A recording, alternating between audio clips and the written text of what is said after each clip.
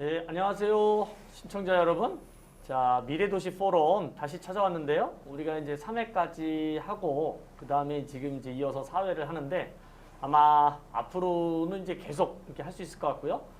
이제 오늘 주제는 이제 AI 관련돼서 이제 주제를 다양하게 이제 얘기를 할 거고요. 한 4분 정도 뭐 전문가 모셔서 말씀을 듣고, 그 다음에 우리가 늘 하는 식대로 이제 토론도 하고 이런 식으로 하겠습니다.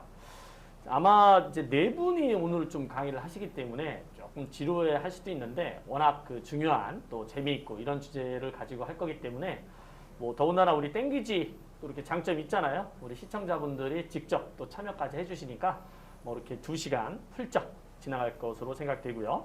뭐 부탁드리고 싶은 바는 아마 의견들 있으시면 거침없이 이렇게 올려주시면 좋겠습니다. 댓글 이렇게 주시면 좋을 것 같고요. 자, 오늘 이제 좋은 내용을 가지고 발표해 주실 분 소개를 먼저 해드리겠습니다. 우리 대전광역시 김영빈 과장님 나오셨습니다. 인사하시죠. 네, 안녕하십니까. 대전광역시 스마트시티 과장 김영빈입니다.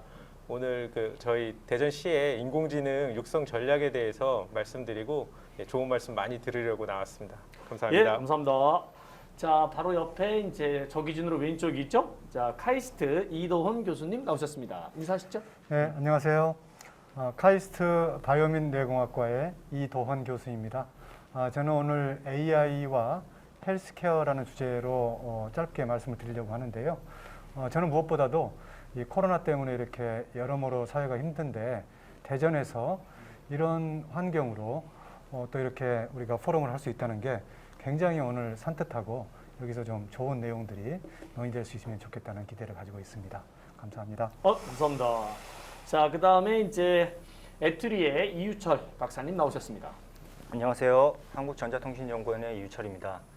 오늘 발표드릴 내용은 아주 다이나믹한 비정형 환경, 특히 미래 도시에서 활용될 수 있는 다양한 자율주행 기술에 대해서 설명드리고 앞으로 우리 실생활에서 어떻게 사용될 수 있을지에 대해서 고민한 내용을 보여드리도록 하겠습니다. 감사합니다. 감사합니다. 그 다음에 이제 마지막으로 또 강의해 주실 그 퍼스트 브레이브의 김미라 대표님이 이제 지금 오고 계시고요. 이따 이제 합류를 하시는 대로 또 인사시켜 드리겠습니다. 그 다음 오늘 이제 패널로 2번 오셨는데요. 우선 대덕이노폴리스 벤처협회 수석 부회장님이신 김영렬 부회장님 나오셨습니다. 안녕하십니까. 대덕이노폴리스 벤처협회 수석 부회장을 맡고 있는 김영렬입니다. 죄송합니다. 다시 하겠습니다. 안녕하십니까. 대덕이노폴리스 벤처협회 수석 부회장을 맡고 있는 김영렬입니다. 저희 미래도시 포럼이 지금 4회째를 맡고 있는데요. 지난 1, 2, 3회는 자율주행차를 중심으로 3회를 연속으로 했고 사실 이게 끝나고 나서 저희가 자율주행차를 가지고 세종시에서 JTBC 탈출 라이브라고 하는 방송을 촬영을 했습니다. 그래서 많은 또 이 사업적 과제 그리고 가능성 이런 것들을 좀 찾아볼 수 있게 됐고요. 이번에는 좀 범위를 AI로 좀 넓혀서 오늘 좀 귀중한 강의 듣고 좀 그런 사업 기획을 모색해 볼 수 있는 그런 기회가 됐으면 좋겠습니다. 감사합니다. 사실 좀 어제 나가서. 네, 어제 밤에 나갔습니다. 네, 오늘 좀 나갈 거라면 더 좋았을 텐데 그랬어요? 네, 어제 할 걸 그랬습니다. 그러니까요. 네, 고맙습니다. 자, 그 다음에 이제 마이크 이어받으신 우리 대전 소프트웨어 콘텐츠 이제 비즈클럽 회장을 맡고 계시죠? 양중식 회장님 나오셨습니다. 네, 안녕하세요. 주식회사 아야즈 양중식 대표입니다. 저 소프트웨어 비즈클럽 회장을 맡고 있고요. 네, 오늘 이 포럼에 참석하게 돼서 대단히 기쁘고요. 그다음에 이번에 인공지능 쪽 관련돼서 저희가 이제 기획을 하게 됐는데요. 오늘 다양한 분들이 좋은 정보를 얻고 그다음에 뭔가 교류를 할 수 있는 그런 시간이 됐으면 좋겠습니다. 네, 감사합니다. 그 회장님 이렇게 우리 소프트웨어가 굉장히 중요한데 네. 또 대전 산업 중에서 소프트웨어가 되게 중요하잖아요. 예. 어떤 대전시에서도 어떻게 어느 정도 이렇게 지원을 하려고 하고 네. 뭐 그런지 좀 얘기 좀 해주시고 또 바라는 게 있으면 또 얘기 좀 해주시죠. 네. 이게 사업이라는 건 사람과 사람이 하는 거기 때문에 서로가 뭔가 네트워킹하고 그다음에 서로가 신뢰감을 쌓는 게 굉장히 중요하다고 봅니다. 네. 그래서 오늘에도 과장님이 나오셨는데요. 같이 이야기 많이 나가면서 어떤 앞으로 전략을 가져갈 건지 기업하고 협업을 하면서 이야기를 나누면서 대전시가 명실상부 인공지능의 어떤 최고 도시가 될 수 있도록 이렇게 노력했으면 좋겠습니다. 네. 좋아요. 그 과장님은 이제 이따가 아마 전략 말씀하실 텐데 네. 그 보통 이제 우리 기업 대표님들이 또 세시잖아요. 네. 그래서 아마 좀 많이 이렇게 네. 그 듣기신 소리를 막 듣더라도 전 환영. 각오 되셨죠? 그럼요. 그렇죠. 네. 자, 그러면 이제 아마 이제 대표님이나 뭐 저기 그 우리 부회장님들도 이게 뭐 거침없이 요구할 거 있으면 말씀해 주시고요. 아마 이게 우리가 마스크 쓰고 하니까 그 우리 비대면으로 참여하시는 시청자분들도 되게 어색하고 그러실 텐데 저희들도 마찬가지입니다. 네, 우리가 이제 그 정부에 적극적으로 협조하는 차원에서 일반적인 어떤 공중파라든가 뭐 일반 방송과는 다르게 저희가 이제 마스크 쓰고 진행을 하도록 하겠습니다. 자, 우리가 본격적으로 우리 과장님 특강 듣기 전에 우리 허태정 시장님께서 영상으로 이제 축사를 보내오셨어요. 그거 한번 이제 축사 듣고 그 다음에 진행을 하도록 하겠습니다. 네, 우리 허 시장님 축사 준비되셨죠? 안녕하십니까. 대전광역시장 허태정입니다. 인공지능 기술 개발과 정책 방향을 모색하기 위해 미래도시 포럼이 열려 매우 뜻깊게 생각합니다. 인공지능은 새로운 미래를 여는 4차 산업혁명 핵심 기술입니다.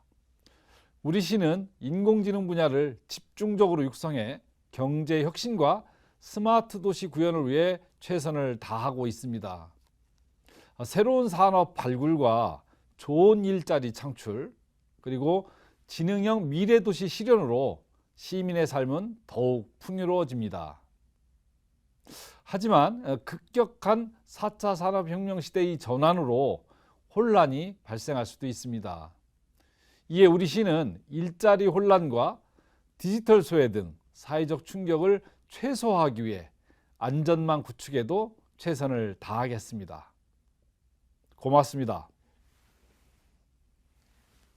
감사합니다. 이게 그 비대면으로 이렇게 하면은 장점이 이제 실시간으로 이렇게 참여하실 수 있는 이런 게 이제 장점인데, 자, 오늘은 뭐 저희들이 급하게 준비하다 보니까 시장님 일정도 있고요. 그래서 우선 영상으로 축사를 요청을 드렸습니다. 뭐 내년부터는 이제 직접 참여를 하시고 또는 화상으로 참여하실 수 있도록 준비를 하도록 하겠습니다. 자, 이제 본격적으로 이제 좀 강의 듣고 토론을 이어갈 텐데요. 우리 대전시 김영빈 과장님께서 대전시의 인공지능 관련 전략 우리 말씀을 듣고 토론을 또 하겠습니다. 과장님. 예. 네. 뭐 강의라기보다는 뭐 소개해드린다라고 생각하시면서 뭐 가볍게 일단 들어주시면서 이 전략 자체는 저희가 지난 5월달에 수립을 해서 계속해서 진행을 하고 있습니다. 근데 이 전략은 어떤 완성된 전략이 아니라 지속적으로 어떤 전문가들이라든지 기업인들이라든지 이런 부분들을 그런 전문가들의 말씀을 많이 들으면서 계속 플렉서블하게 이렇게 바꿔나갈 수 있는 그런 전략입니다. 따라서 이런 부분들을 많이 좀 들어주시면서 좋은 말씀 많이 해주시면 저희가 그런 쪽으로 전략을 계속해서 진화시켜 나갈 수 있도록 노력을 하겠습니다.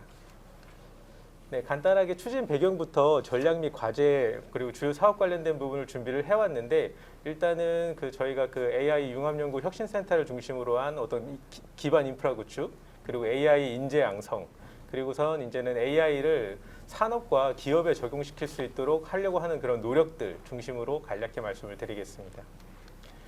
추진 배경에 대해서는 지금 듣고 계신 기업 대표님들이나 뭐 이렇게 전문가분들께서 워낙 더 잘 아실 테니까 간단하게 뭐 스킵을 하겠고요. 지금 현재 우리나라 전체적으로 봤을 때는 서울 판교 그리고 대전, 광주 이렇게 세 축이 인공지능과 관련된 그런 어떤 사업들을 조금 더 이렇게 추진을 하고 있다라고 말씀을 드리겠습니다. 서울과 판교야 대표님들 잘 아시겠지만 돈과 사람이 다 모여 있는 곳이고 어떤 해외 인재라든지 그런 부분들에 대한 유입이 좋은 환경이기 때문에 솔직히 서울 판교 중심으로 전국적인 그런 인공지능 관련된 부분 산업들은 지금 이루어지고 있다라고 보고 있고요. 광주 같은 경우는 이제는 과기부에서 인공지능 집적단지 사업을 통해서 좀 인위적으로 육성을 하려고 하고 있는 그런 지역입니다. 대전은 그 중간 정도라고 보시면 되겠는데요. 일단은 카이스트와 에트리와 같은 그런 출연연구원들을 중심으로 한 인재들이 있고, 그리고 AI와 관련된 작지만 강한 그런 벤처 기업들이 모여 있습니다. 그래서 저희는 이런 강점을 바탕으로 다양한 전략들을 추진하려고 하고 있습니다. 그래서 크게 5가지 방향 중에 일단은 기존 사업과 연계를 해서 어떤 AI 중심의 대덕융합연구혁신센터 구축, 그리고 대덕특구 리노베이션을 통해서 이제는 그런 AI와 관련된 혁신 생태계를 만들어주는 부분, 그리고 AI와 관련된 강점을 이제 더 강화시키려고 하는 그런 전략들, 그리고 AI의 가장 기본이 되는 그 데이터를 개방하거나 아니면 데이터 플랫폼을 구축하는 그런 방향들에 대해서 저희가 좀 집중적으로 추진을 하고 있습니다. 이를 통해서 총 4가지 그 분야의 12개 과제를 지금 선정을 했고요. 간단하게 이제는 과제별로 짧게 말씀을 드리겠습니다. 먼저 이제 그 인공지능학이 좋은 대전을 위한 그런 가칭 대덕 AI 캠퍼스 조성입니다. 현재 저희는 그 한스코라고 하는 그런 대덕 특구의 그 중심지를 저희가 그 매입을 했는데 그곳을 약 200억 원 정도를 들여서 지금 리모델링 작업을 내년부터 진행을 할 것입니다. 그곳에 이제는 대덕 융합연구혁신센터라는 부분을 만들 텐데 융합연구혁신센터는 지금 현재 어떤 그 출연연들이라든지 대학 그리고 기업들이 좀 분절적으로 연구나 어떤 사업화를 진행을 하고 있는데 이런 부분들을 이제는 그 시가 어떤 연결자 그리고 촉진자로서의 역할을 하기 위해서 융합 연구를 할 수 있는 그런 공간을 만드는 곳입니다. 나중에 이제 융합연구혁신센터가 만들어지면 이제 디스텝이라고 하는 대전과학산업진흥원을 통해서 그런 어떤 파일럿 프로젝트 같은 부분들을 진행을 할 계획이고요. 이를 인공지능을 좀 중심으로 하려고 하는 그런 계획들을 만들어 나가고 있습니다. 다음은 이제 기업들이 AI 활용과 관련된 지원 시스템을 구축하는 부분인데 이 부분은 저희가 아직은 기획 단계입니다. 현재 어떤 그 AI와 관련된 기업들이 아닌 그런 전통 기업들, 그런 전통 산업과 관련된 기업들이 AI를 하기는 해야겠는데 어떤 식으로 적용을 해야 되는지 모르겠다라고 하는 분들이 되게 많습니다. 그래서 저희는 이 AI와 관련된 그런 산업 수요를 파악을 해서 그것들을 이제는 대덕의 어떤 전문가 집단이 해결해 줄 수 있는 그런 체계를 만들어 보려고 하고 있습니다. 그리고 데이터 전주기 플랫폼 구축입니다. AI를 이제는 잘하기 위해서는 어떤 학습 데이터 셋이라든지 이런 부분들을 구축하는 것이 중요한데 지금 현재 어떤 공공 데이터라든지 민간 데이터들은 이런 인공지능에 친화적인 그런 데이터들이 지금 없습니다. 그래서 저희는 이런 부분들을 공공 데이터 그리고 민간 데이터 나중에는 이 부분들을 융합해서 활용할 수 있는 그런 데이터 체계를 구축하기 위해서 노력할 계획입니다. 다음은 인공지능을 잘하는 대전이라고 해서 인재 양성과 관련된 부분입니다. 대전은 카이스트, 충남대, 애트리 그리고 UST 등 중심으로 많은 인재 양성 프로그램들을 갖고 있습니다. 지금 저희는 또 모두의 연구소와 같이 이제는 그 인재 양성 프로그램도 갖고 있는데요. 이런 부분들이 솔직히 그 AI에 관심 있는 사람들이 배우려고 할 때 잘 안내되거나 이런 것들이 지금 체계가 잘 안 잡혀 있습니다. 그래서 저희는 이런 부분들을 이제 누구나 대전에서 인공지능과 관련된 교육을 받고 싶을 때 어떤 식으로 본인들의 그런 커리큘럼을 짜야 되는지에 대한 부분들을 좀 안내할 수 있는 그런 플랫폼을 만들려고 계획을 하고 있고요. 그리고 AI와 커뮤니티 활성화에 대한 지원도 지금 큰 저희의 그 사업의 한 축입니다. 그 대전에는 그 AI 프렌즈라고 하는 AI 동호회 모임이 있는데 약 1,500명 정도가 그곳에서 아주 활발히 그 활동을 하고 계십니다. 근데 그곳에서 단순히 그 AI와 관련된 이야기만 나오는 것이 아니라 다양한 그런 정책적인 그 아이디어들이 나오고 있거든요.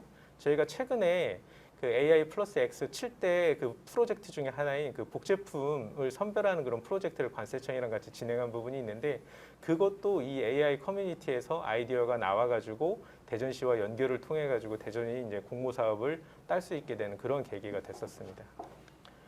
다음은 인공지능을 산업에 적용하는 어떤 잘 사는 대전 관련된 부분입니다. 저희는 일단 지역 전략 산업부터 AI를 접목 후에 단계별로 이렇게 확대해 나가는 그런 그 플랜을 갖고 있습니다.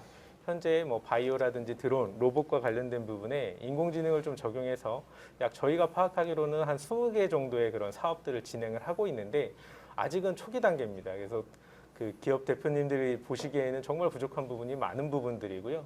하지만 이런 부분들이 어떤 성공 사례라든지 이런 부분들을 계속 만들어내서 점점 더 확대될 수 있도록 노력할 계획입니다. 그 이후에 이제는 그 저희가 카이스트와 그 충남대 사이에 만들어지고 있는 그런 스타트업 파크 등을 중심으로 한 그런 스타트업 지원, 그리고 이제 그 유망 기업에 대한 뭐 AI 기업 스케일업 지원 등 현재 그 AI가 아닌 그런 그 전략 산업과 관련된 지원이나 이런 프로그램들이 상당히 많이 이루어지고 있는 부분들이 있는데, 그것을 약간 AI와 좀 특화된 그런 지원 쪽으로 계속해서 만들어 나가려고 노력하겠습니다. 다음은 AI 기술 사업화 지원 관련된 부분인데요. 지금 현재 그 AI를 수요하고 싶어하는 그런 기업들은 어느 정도 있습니다. 그리고 AI를 공급할 수 있는 그런 기업들도 있고요. 근데 이런 부분들이 이제는 실제적으로 이루어질 수 있도록 어떤 AI와 관련된 바우처 지원 사업이라든지 이런 것들을 국가에서 진행하는 사업들이 좀 있습니다. 근데 그 부분들을 이제 시에서 그런 비용 매칭을 통해서 좀 활성화할 수 있는 그런 방향들을 추진을 하고 있는 사업들이 있고요. 마지막으로 인공지능과 함께 품격 있는 대전 관련된 부분입니다. 저희는 현재 인공지능과 관련된 산업 육성 부분뿐만 아니라 AI를 통해서 어떤 대시민 서비스를 제공할 수 있는 그런 그 계획들도 가지고 있습니다.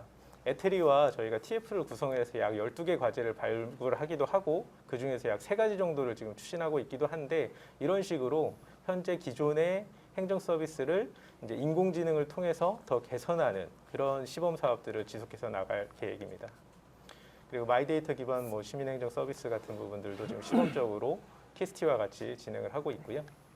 마지막으로 이제는 AI를 어떻게 좀 시민들에게 더 친숙하게 할 수 있도록 AI에 관련된 페스티벌, 경연대회, 그리고 뭐 인공지능 주간 등 그런 각종 행사들도 병행을 하고 있습니다.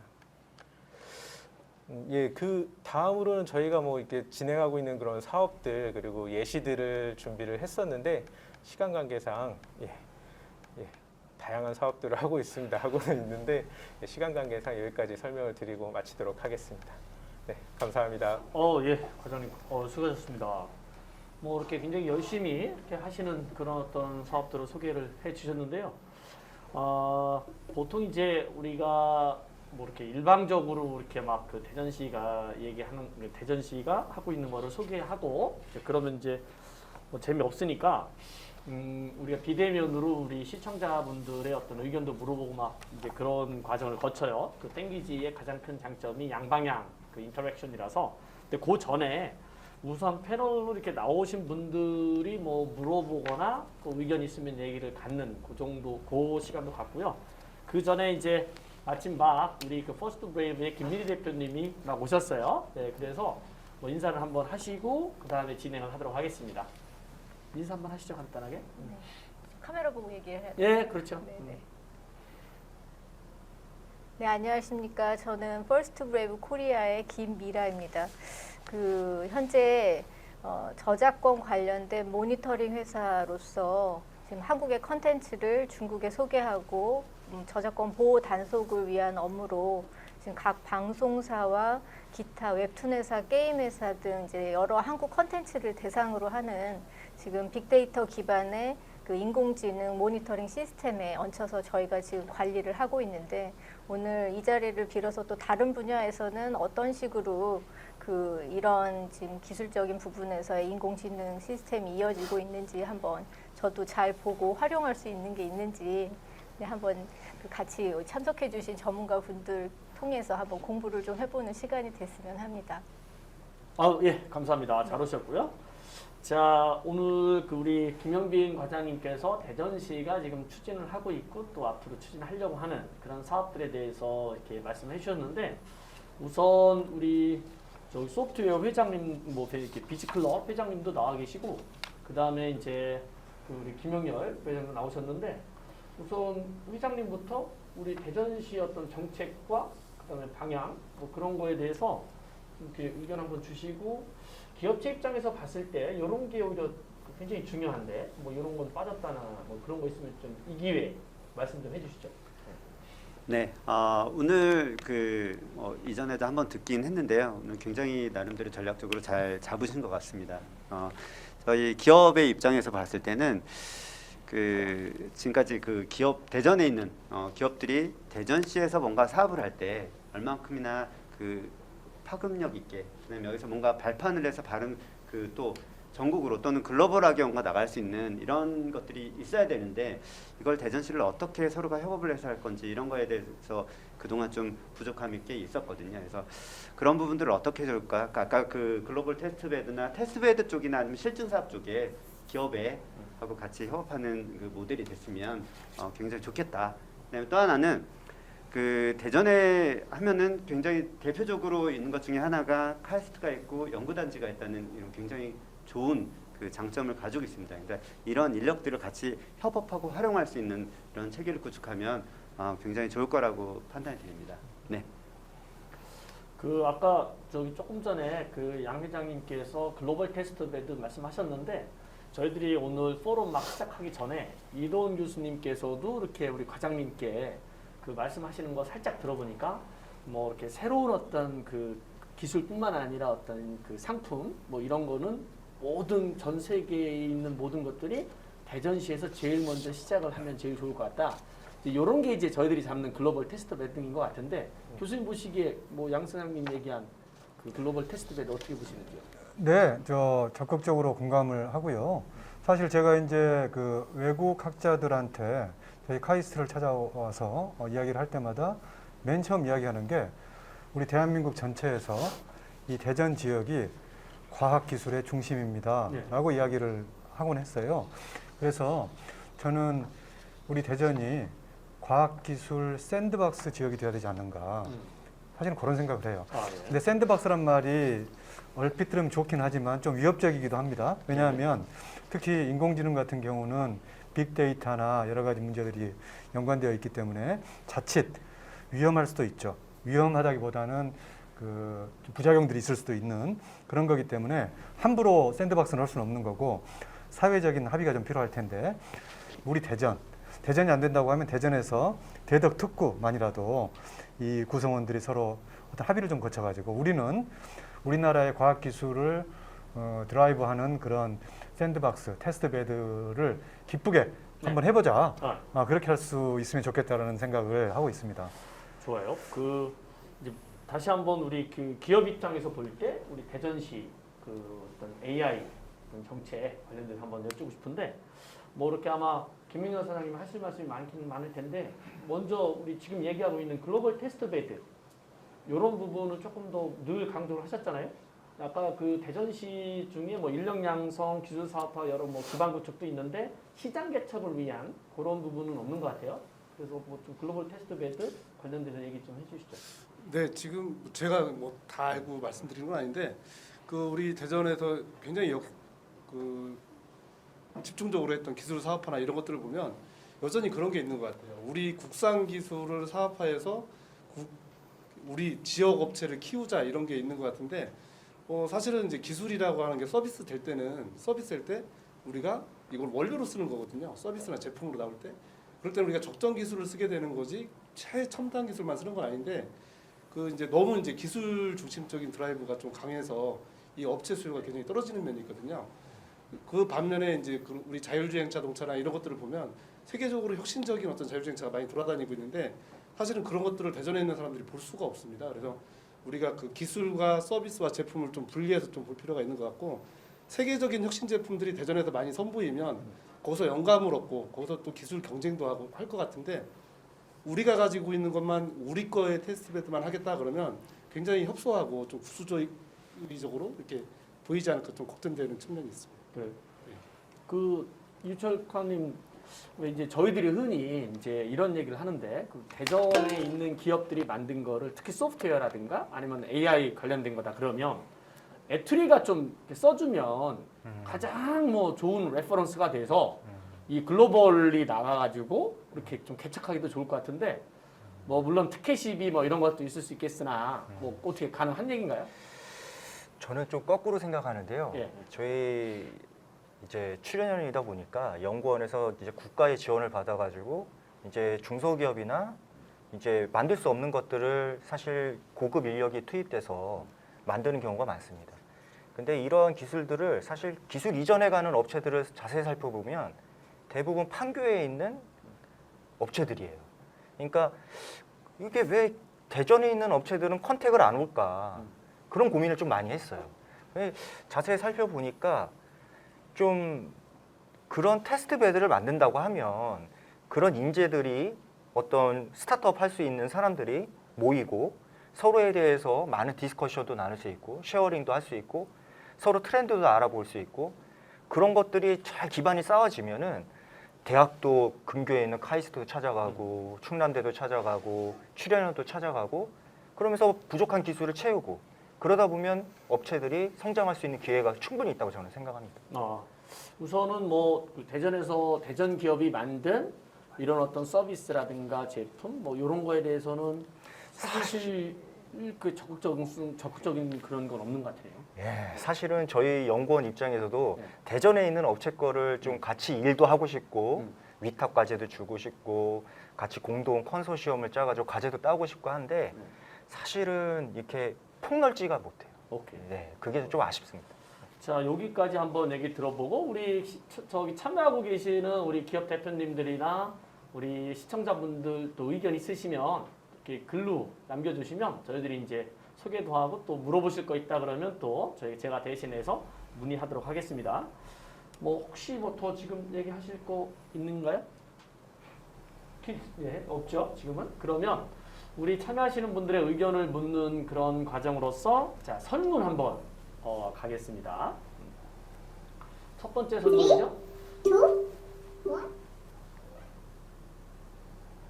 예, 미래도시 인공지능하면 가장 먼저 생각나는 세계적인 도시는 뭐 이건 꼭 어떤 우리 대한민국에 국한시켜서 그 얘기하는 건 아니고요. 어떤 뭐 시청하시는 분들이 뭐 이렇게 딱 생각나는 그런 도시 있으면 이렇게 글로 남겨주시면 저희들이 한번 서베이를 한번 해보도록 하고요. 한 7초 정도 남았네요. 자, 우리가 이제 또 좋은 게 우리 설문을 하거나 퀴즈를 하면 우리가 추첨을 해서 오늘은 이제 설문 하나당 5분씩 저희들이 선물을 드리는데요. 자, 1만 원 상품권 이렇게 드리겠습니다. 자, 우리 그 김미리 대표님은 어디가 가장 많이 나올 것 같아요? 도시 네, 말씀하시는 세계적인 거죠? 도시로. 김 대표님은 우선 어디를 딱 세계적인 도시 그러면 미래 도시와 인공지능이다 그러면 어디가 제일 먼저 떠올라요? 뭐 지금 사실 AI 부분에서는 저는 지금 제가 중국 회사다 보니까 네. 근데 상당 부분 지금 어떻게 보면 한국보다 이 데이터량에서 따라갈 수가 없는 것 같아요. 그래서 그 데이터량이 특히 이 인공지능 관련된 부분에서는 굉장히 핵심적인 그런 베이스가 될 것 같은데. 그래서 어디요? 네, 그래서 미국하고 미국에 있는 도시, 네, 중국에서는 사실 저는 지금 그 상해나 심천 같은 도시가 상해? 또 네, 오케이, 되지 상해 않을까. 또는 심천. 네. 하나를 꼽으면 어디예요? 저는 뭐 그럼 상해로 하겠습니다. 상해요? 저희 본사가 있으니까. 그러면 우리 그 시청자분들은 어떤 반응을 보일 것 같아요? 뭐 중국 요즘에 저는 글쎄요 인공지능 관련된 부분이 저는 그 실리콘밸리 쪽에 실리콘밸리? 있는 네 그쪽이 되지 않을까 싶은데요. 우리 과장님은 토론토나 뭐 이런데 캐나다에. 예. 캐나다, 토론토. 우리 그 저기 이 교수님은 어떻게? 저는 보스턴? 보스턴? 네, 아, 보스턴. 보스턴에서 굉장히 좋은 결과들이 나오고 있어서 그래요. 보스턴. 우리 이 박사님 어떠세요? 저는 대전으로 하겠습니다. 대전으로. 아니 뭐 아까는 뭐 대전 기업체들하고 뭐 이렇게 의미가 없다고. 죄송합니다. 이렇게 소리 찔린 거죠. 네, 좀 찔리셔서. 자, 우리 양준희 회장님은. 자, 저도 여기 대전에 있기 때문에 뭐 희망상으로 대전으로 하겠습니다. 대전으로. 네. 우리 김영열 회장님은 저희 어디? 그 고민 좀 많이 했는데요. 네. 이거 대전을 좀 응원하긴 하는데 항상 그 뉴스에서 보면 이렇게 다보스라는 동네에서 미래에 대한 거, 4차 산업혁명에 대한 이런 비전 발표를 많이 하잖아요. 그래서 다보스를 저는 답도했고. 그래요? 다보스 아, 오케이. 자, 우리 결과 한번 보고 또 얘기 이어갈게요. 결과 한번 보여주시죠. 이게 무슨 뭐 대전. 일은 뭐야? 자, 판교 그러니까 이렇게 설문이 나오는 것만큼 우리가 그렇게 실행은 않는 것 같고요. 그러니까 앞으로 하여튼 저희들이 이렇게 협업을 해서 좀 그렇게 됐으면 좋겠습니다. 좋습니다. 예, 그 다음에 우리 아까 제가 약속드렸던 선물 드려야죠. 예, 우리 추첨 5분 부탁드릴게요. 추첨 결과 보여주시죠. 네, 나오네요. 자, 사랑이, 상품 저격, 뭐 등등, 아라비아. 네, 축하드립니다.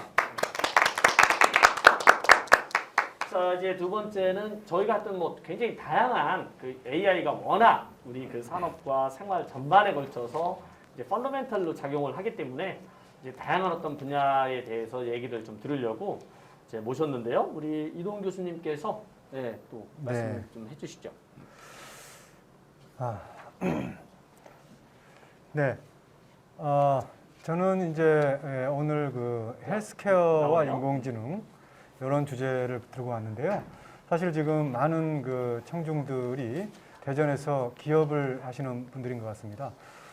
그런데 이제 기업을 하시는 분들 중에서 이미 인공지능 사업을 하시는 분도 계시고 온 세계가 인공지능 하는데 우리 회사도 좀 해봐야 되지 않을까? 이렇게 생각하시는 분도 계실 것 같아서 조금 인공지능에 대한 시각을 간단히 좀 이야기를 해보고 나서 이 바이오 의료 분야가 또 굉장히 혁신되고 있는데요. 국가에서도 굉장히 큰 투자를 하고 있고 이 분야에는 또 인공지능이 어떻게 쓰이는지 이런 것들을 좀 빠르게 살펴보려고 합니다. 그래서 이런 순서로 말씀을 드리겠는데요.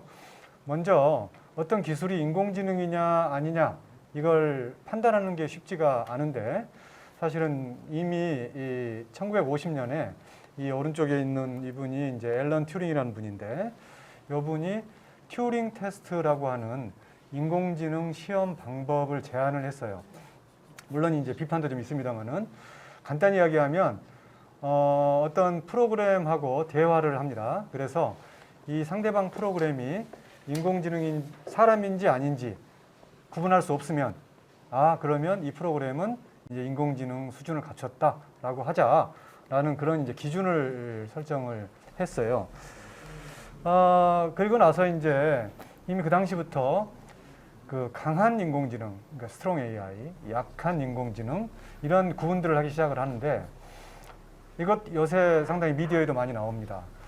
그런데 이게 상대적인 개념이라서 어떤 분들은 성능 좋은 게 강한 거고 성능이 좀 떨어지는 게 약한 거냐 이렇게 볼 수도 있는데 사실은 그런 개념은 아니었고요.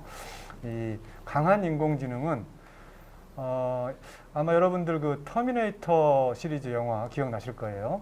거기서 스카이넷이라고 하는 인공지능 시스템이 등장을 하는데 이런 것처럼 자기 자의식이라는 게 있고 자기 스스로에 대한 자아가 있고 그렇기 때문에 기본적으로 자발적인 동기가 있는 그런 레벨의 그런 수준의 인공지능을 강한 인공지능이라고 보통 부릅니다. 학계에서는. 그 다음에 실제로 지금 우리 산업 현장에서 활용되고 있는 인공지능은 사실은 이제 그 구분에서는 약한 인공지능인데요. 음성 인식을 한다든지 영상을 인식한다든지 뭐 자연어를 처리한다든지 이런 여러 가지 이제 기술들을 의미를 합니다. 우리 그 그림으로 제가 아마존 알렉사 제품들 갖다 놨고 또 오른쪽에 있는 게 그 보스턴 다이나믹스라는 회사에서 최근에 SK에서 M&A를 해버렸죠. 저 회사가 그 만든 로봇들입니다. 놀라워요. 그 로봇 동영상을 한번 보시면 야, 우리 이제 기술이 정말 놀라운 수준에 왔구나. 뛰어다닙니다. 밀어서 넘어뜨리면 스스로 일어나고요. 저런 기술들이 이제 약한 인공지능에 해당이 됩니다. 그런데 이제 사회적으로 강한 인공지능이 등장을 해버리면 우리 인류가 멸망하는 거 아니냐, 우리 인류가 위협적인 게 아니냐 이런 생각을 하고 또 어떤 분들은 도대체 자의식이라는 게 뭐냐 그런 것에 대한 철학적인 담론도 이야기를 하고 합니다. 그래서 약간 이제 복잡해지는데요. 중간에 제가 이제 그 좀 재밌는 이야기를 해보려고 그래요. 이거는 그렇게 그다지 학술적인 이야기는 아닙니다. 그냥 재미로 들으시면 되는데요. 그 우리 컴퓨터 기술의 역사에서 족적을 남긴 어마어마한 사람들을 꼽으라고 한다면 아마 이 두 사람 빼고는 이야기하기 힘들 것 같아요. 소프트웨어 분야에서. 이 빌 게이츠. 근데 이름이 재밌어요.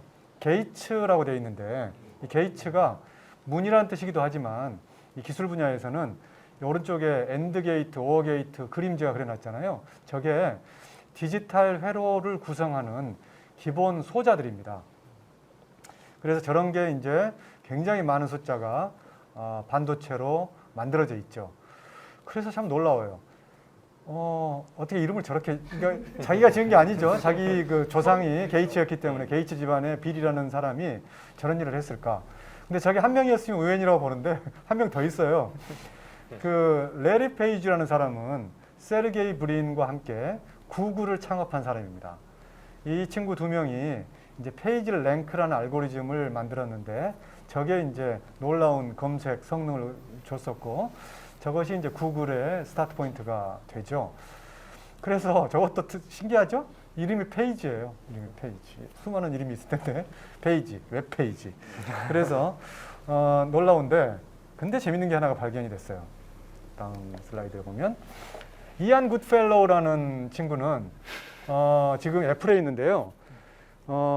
적대적 생산 네트워크 뭐 이렇게 굳이 번역을 하자면 겐이라고 보통 많이 이야기를 하는데 저런 그 인공지능 기술을 개발을 했는데 지금 뒤에 좀 말씀을 드리겠지만 신경망 역사에서 최근에 가장 혁신적인 걸 꼽아라라고 하면 저 기술을 꼽습니다. 그래서 저 친구가 이제 저보다 나이가 좀 어리니까 그냥 저 친구로 그럴게요. 좀 가까운 것처럼 느껴지네. 어쨌든 저런 친구가 이제 그 딥러닝, 인공지능 기술을 또 주도를 하는 굉장히 기념비적인 일을 했는데 그것도 재밌어요. 이름이 굿펠로우예요. 좋은 친구. 그래서 저는 그냥 낙관적으로 생각을 해봅니다. AI도 좋은 친구가 되지 않을까라는 생각을 한다는 걸로 그냥 중간에 재미삼아 말씀드린 거고요. 시간이 많지는 않으니까 빨리 넘어가겠습니다. 그래서 뭐 인공신경망이라고 하는 것은 기본적으로 인간의 뇌가 동작하는 원리를 모방해서 만든 기술이다라고 이야기를 합니다. 그래서 긴 역사가 있는데 그런데 긴 역사 중에서 이 오른쪽 위에 저분이 스티븐 코라고 하는 다트머스 대학 교수님인데요. 저분이 한국에도 몇 번 오셨어요. 저분이 1989년에 놀라운 일을 합니다. 지금처럼 저렇게 딥하지 않은 그냥 중간에 은닉층이 한 개밖에 없는 간단한 네트워크라고 하더라도 비선형 액티베이션 함수를 쓰게 되면 조금 어려운 말이 자꾸 나오려고 그러는데 어쨌든 잘만 만들면 세상에 존재하는 모든 함수를 근사할 수 있다. 그래서 Universal Approximation Theorem이라고 부르는데 만능 근사 이론 이런 거를 만들었어요. 그래서 이제 끝나버렸어요, 이야기가. 신경망 기술은 끝난 걸로 사람들이 생각을 했고, 이제 그렇기 때문에 어떤 한계에 도달한 걸로 생각을 했는데, 그 밑에 있는 세 분이 아주 또 이제 우리가 놀라운 분들이라고 할 수 있죠. 이 신경망 기술의 혁신을 가져온 토론토 대학의 힌튼 교수님, 구글에 지금 겸직으로 되어 있고요. 그다음에 그 밑에 있는 분이 몬트리올 대학의 벤지오 교수님, 그다음에 오른쪽에 있는 분이 리쿤 교수님. 그분은 뉴욕 대학에 있어요. 그러니까 미국 분 1명, 카나다 분 2명. 그래서 아까 우리 김영빈 과장님도 캐나다 쪽으로 약간 이렇게 바이어스된 그런 생각을 하셨을 것 같아요. 저 세 분들이 이제 고전적인 신경망을 완전히 혁신하는 그런 기술들을 개발을 했었고 갑자기 한 게 아니고 저 세 분들은 굉장히 오랫동안 수십 년 동안 이 분야를 해오던 분들이에요. 제일 오른쪽에 동그란 그림에 있는 분이 이제 그분이 이안 굿펠로우예요. 좋은 친구. 이 위에 있는 세 분들이 다 입을 모아서 이 친구가 가장 놀라운 일을 했다라는 이야기를 합니다. 그런데 이 인공신경망 기술이 결국 인공지능을 지금 대변하는 기술인데 이 기술이 가장 잘하는 대표적인 분야가 영상인식이었어요. 그런데 여기서 굉장히 놀라운 거는 영상인식을 할 때는 입력이 그림입니다. 픽셀입니다. 따라서 그 이상의 다른 정보가 필요 없어요. 그러니까 입력이 완벽해요. 완벽할 때는 내부적으로 계산을 통해서 좋은 출력을 얻을 수가 있습니다. 그런데 많은 경우에 우리가 지금부터 풀어야 되는 인공지능 문제들이 입력 자체가 완벽하지가 않아요. 어떤 변수를 써야 되는지 자체가 완벽하지가 않습니다.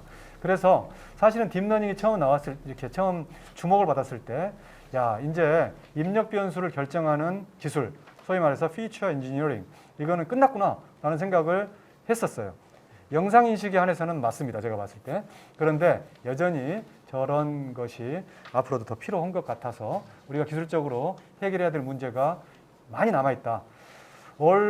지난달 초에 온라인으로 이 인공지능 분야의 가장 큰 세계적인 학술대회가 한 3개 정도 있는데요. 그 중에 닙스라는 이름을 좀 바꿨어요. 뉴럴립스라고. 닙스에서 키노트가 한 5개가 쭉 됐는데 전부 입을 모아서 하는 말들이 그런 말들이었습니다. 지금 딥러닝으로 해서 끝난 게 아니라 지금 우리가 풀어야 될 문제가 여전히 많다. 특히 그 문제별로 문제들이 많다. 그런 이야기들을 했고요. 보니까 지금 시간이 절반 흘렀거든요. 이러다가는 저기 지금 말을 셀 것 같죠? 41개 슬라이드 중에 지금 7개 있습니다. 네, 그래서 제가 지금부터는 속도를 내도록 하겠습니다. 그런데 인공지능 이야기할 때 가장 또 중요한 것이 빅데이터라고 하는 건데요. 빅데이터 없이 인공지능은 생각할 수 없고, 근데 빅데이터를 생각할 때 많은 분들이 또 오해하는 것이 뭐냐면 데이터 사이즈만 생각을 합니다. 그런데 데이터 사이즈가 중요한 게 아니고요. 그것도 중요하지만 그보다 더 중요한 게 뭐냐면 다양한 데이터라는 뜻이 게 중요합니다. 저 그림에서 제가 빅데이터 가운데 써놓고 옆에 페이스북도 있고 구글도 있고 뭐 유튜브도 있고 여러 가지 해놨잖아요. 그러니까 어떤 한 사람의 행동을 판단하기 위해서는 한 가지 데이터만 있으면 되는 게 아니고 다양한 측면을 관찰할 수 있는 데이터가 모여야 된다는 거죠.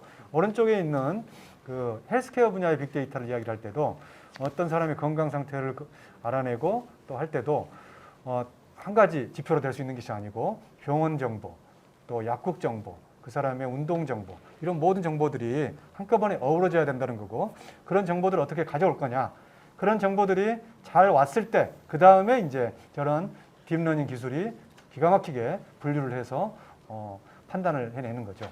그래서 이 빅데이터를 생각을 할 때 항상 사이즈뿐만 아니라 그 범위라고 하는 걸 생각을 해야 된다. 그 범위를 생각을 하게 되면 우리 여러 기업들이 도전할 수 있는 영역이 많이 생기게 됩니다. 왜냐하면 여러 가지 유형의 데이터들이 산재해 있고 아직까지 발굴되지 않은 활용되지 않은 데이터들이 있기 때문에 그런 새로운 데이터가 들어오는 순간 인공지능의 그 성능이 또 올라가는 거죠. 그런 이야기들을 좀 드리고 싶고요. 요거는 25년 전 행사 안내인데 그냥 넘어가겠습니다. 시간이 없다고 하시니까. 예, 5분 남았습니다. 네. 네. 그래서 지금 번쩍번쩍하는 기술들 중에서 첫 번째 기술은 이제 생명 방정식이라고 하는 기술인데요. 이거는 이제 경험주의적인 입장에서 하는 건데, 우리가 이제 어떤 사람의 건강 상태나 질병 상태를 추적을 하려면 선천적인 정보와 후천적인 정보가 필요해요. 그래서 그런 것들을 이 그림에 있는 것처럼 다 모을 수만 있다면, 그렇다면 여기에 인공지능을 적용을 해서 이 사람이 몇 년 살 건지, 이 사람이 어떤 병에 걸렸을 때 무슨 약이 효과적일 건지 이런 걸 예측할 수 있다라고 생각을 하게 되죠.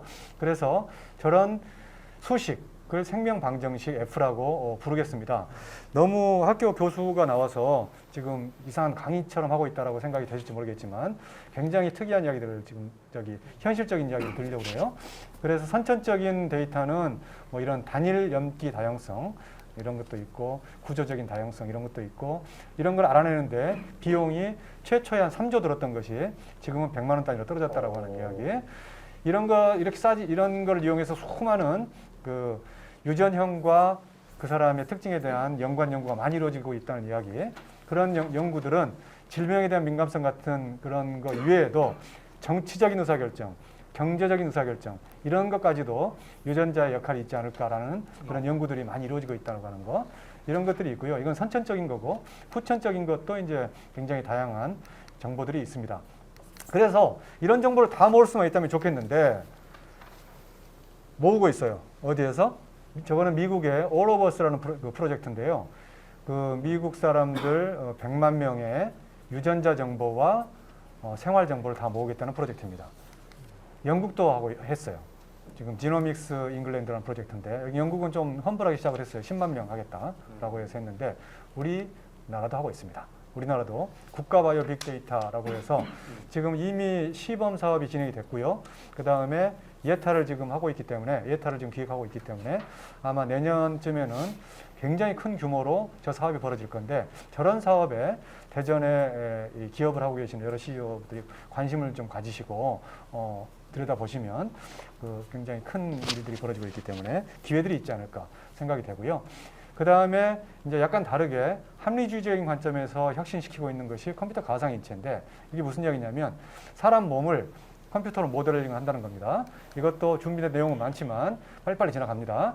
가상으로 세포도 만들고 가상으로 장기도 만들고 가상으로 몸도 만들고 이런 일들을 하는데 허황된 이야기처럼 들리실 수도 있겠지만 이미 세포 수준에서는 결과들이 나왔고 심장도 만들어보고 두뇌도 만들어보고 간도 만들어보고 이런 기술들이 국내외에 여러 기술들이 개발이 되고 있습니다. 우리나라에서도 코다라고 하는 이런 가상인체 시스템을 지금 제가 책임지고 있는 그 과기부 사업단에서 개발을 했어요. 그래서 이런 시스템이 이렇게 돌고 있습니다. 그래서 이 부분도 저런 게 왜 지금 우리 CEO들한테 관심이 되느냐. 아까 우리 김영빈 과장님 말씀하셨지만 AI 기술 자체를 개발하는 것도 좋지만 그 기술 공급원을 잘 찾아서 그 기술을 이용을 해서 현실에 적용하는 그런 이제 그 모델 굉장히 중요하잖아요. 인공지능은 결코 혼자 할 수 있는 기술이 아니라 기본적으로 오픈 이노베이션입니다. 그래서 여러 리소스들을 찾아가지고 연결해서 부가가치를 만들면 좋겠는데 우리나라에도 이미 저런 이제 가상 인체 기술을 프로바이드 할 수 있는 저런 그 기관이 있다. 그렇다면 저걸 이용해서 어떻게 비즈니스를 만들까 이런 것들을 생각해낼 수가 있겠죠. 그래서 뭐 여러 가지 현란한 용어들이 많이 나오고 있는데 마지막 슬라이드입니다.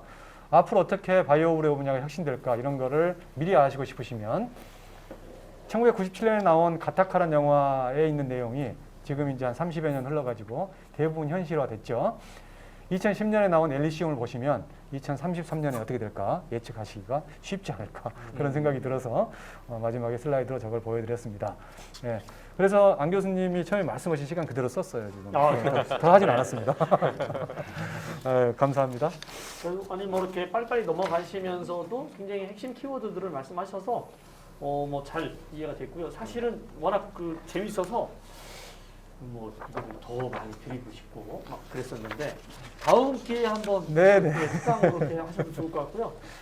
그 우리 김 과장님은 네. 우리 이동훈 교수님 이렇게 내용 쭉 예. 들으시고 네. 여기서 뭐 이렇게 사업 구성 네. 몇 개 하셨죠? 몇 개 좀 얘기 좀 저희가 해보세요. 하고 있는 사업, 그러니까 기획하고 있는 사업들이랑도 연계되는 게 좀 있는데, 그러니까 데이터가 되게 그 인공지능 관련돼서 중요하다라는 부분은 뭐 워낙 많이 계속 강조가 되고 있기 때문에요. 하지만 이제는 메디컬 데이터나 뭐 헬스케어 관련된 데이터는 특수성이 좀 있습니다. 그게 이제 폐쇄적이라고 하는 건데 기업들이 활용하기가 너무 어렵습니다.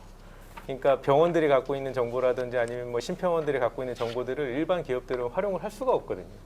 그래서 이제 지금 인공지능 관련돼 가지고 그 작년부터 아니 올해부터 그 디지털 리드리 사업의 그런 학습 데이터셋 만드는 그런 사업들이 진행을 하면서 기업들이 인공지능을 개발하기 위해서 만드는 그런 학습 데이터셋들을 많이 만들어내고 있는데 그것들을 활용할 수 있는 체계로 넘어가는 게 지금 어떻게 보면 그 구상이 안 되어 있습니다.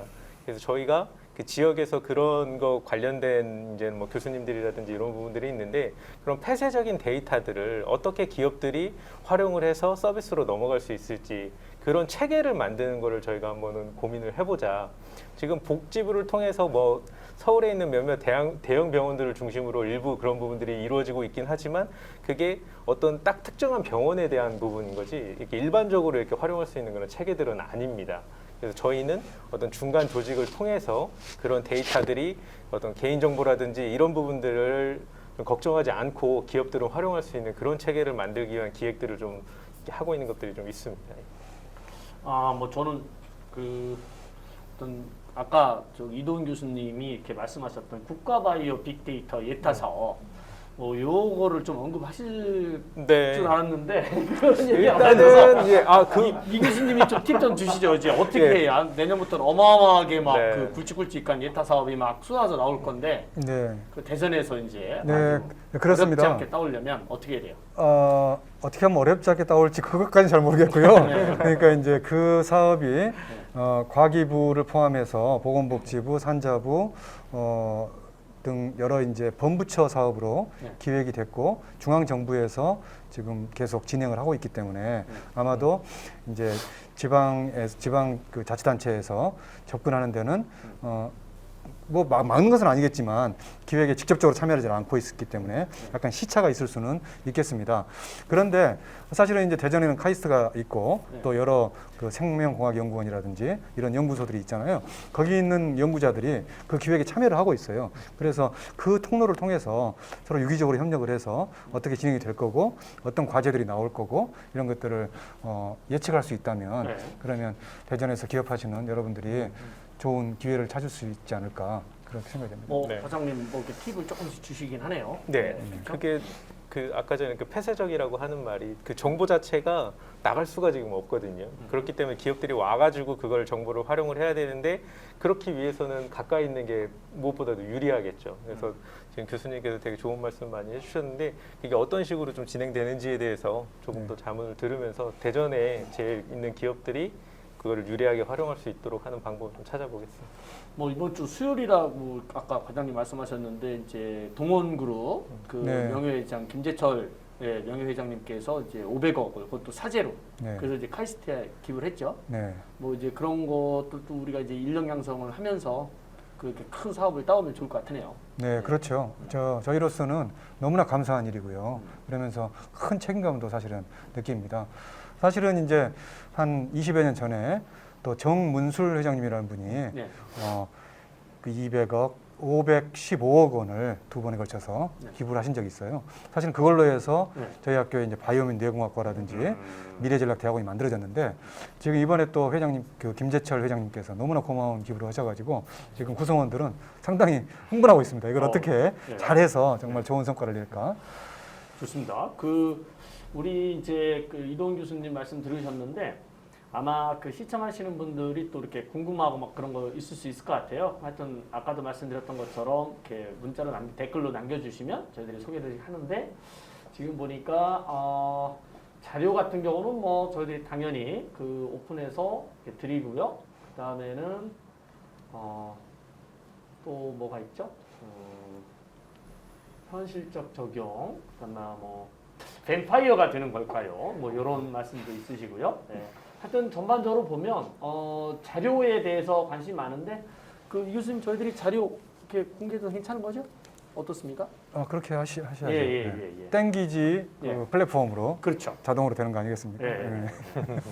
자, 그거 이제 그 문자는 이렇게 소개를 시켜드리고요. 뭐, 앞으로 영원히 살 수 있는 사회가 존재할지요. 뭐 이런 말씀도 있으시고요. 자, 우선 저희들이 또 준비한 우리 시청자분들께 여쭤보고 싶은 그런 또 주제가 있습니다. 우리 두 번째 설문 여쭤보고 또 이어가겠습니다. 네, 두 번째 설문 주시죠.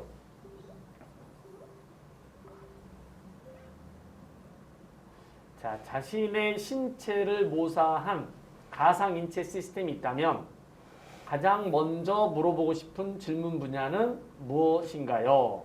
얘가 뭐 조금 질문이 어려울 것 같아서 예를 좀 들어봤습니다. 수명, 정신력, 질병, 그다음에 잠, IQ 등. IQ. 네, 이것도 하여튼 뭐 이렇게 꼭 우리가 뭐 이렇게 제시한 예가 아니더라도 말씀 이렇게 해주시면 좋을 것 같고요. 우리 김미라 대표님은 어떤 분야 그래도 좀 되게 관심 있으세요? 저는 아무래도 미용 쪽에 관심이 좀 미용 있네요. 쪽. 네. 어떻게? 아무래도 뭐 이제 요즘에 남녀노소가 다 노화에 대한 그쵸. 관심이 많은 것 같아서 네. 그쪽 분야에 혹시 뭐 알아볼 수 있으면 네. 네. 그 아마 요게 요즘 이게 아주 먼 옛날로 들어가서 진시황 때 뭐 AI가 있다 그러면은 가장 좋아하셨을 분인 것 같아요. 네. 그렇죠. 그리고 막 워낙 과감하게 네. 그 국가를 통치하면서 새로운 제도들을 만들어서 이것도 팍팍 밀어졌을 것 같은데요. 그렇죠? 김영렬 부회장님은 어떤 분야? 마이크 잡고. 네. 네. 요즘 제가 운동을 코로나 때문에 못 하고 있거든요. 네. 배드민턴을 열심히 쳤는데 2월부터 지금 안 쳐가지고 배가 엄청나게 나오고 있어요. 그래서 네. 제 체질에 맞는 효과적인 다이어트 방법은 뭘까? 제대로 맞네. 효과적인 다이어트. 네. 굉장히 좋은 그런 거네요. 우리 결과 한번 볼까요? 우리 시청자분들은 또 어떤 거에 대해서 궁금해 하시는지 결과 우리 설문 결과 보여주시죠. 역시 수명. 그 다음에 질병. 굉장히 다양하네요. 그렇죠? 수명만 압도적으로 조금 높고 다른 것들은 이제 다 이렇게 비슷비슷하고 뭐 그런 어떤 상황인데 그러네. 수명. 우리 과장님은 저는 뭐 고르셨었어요? 질병. 질병. 예. 질병. 그렇죠. 질병.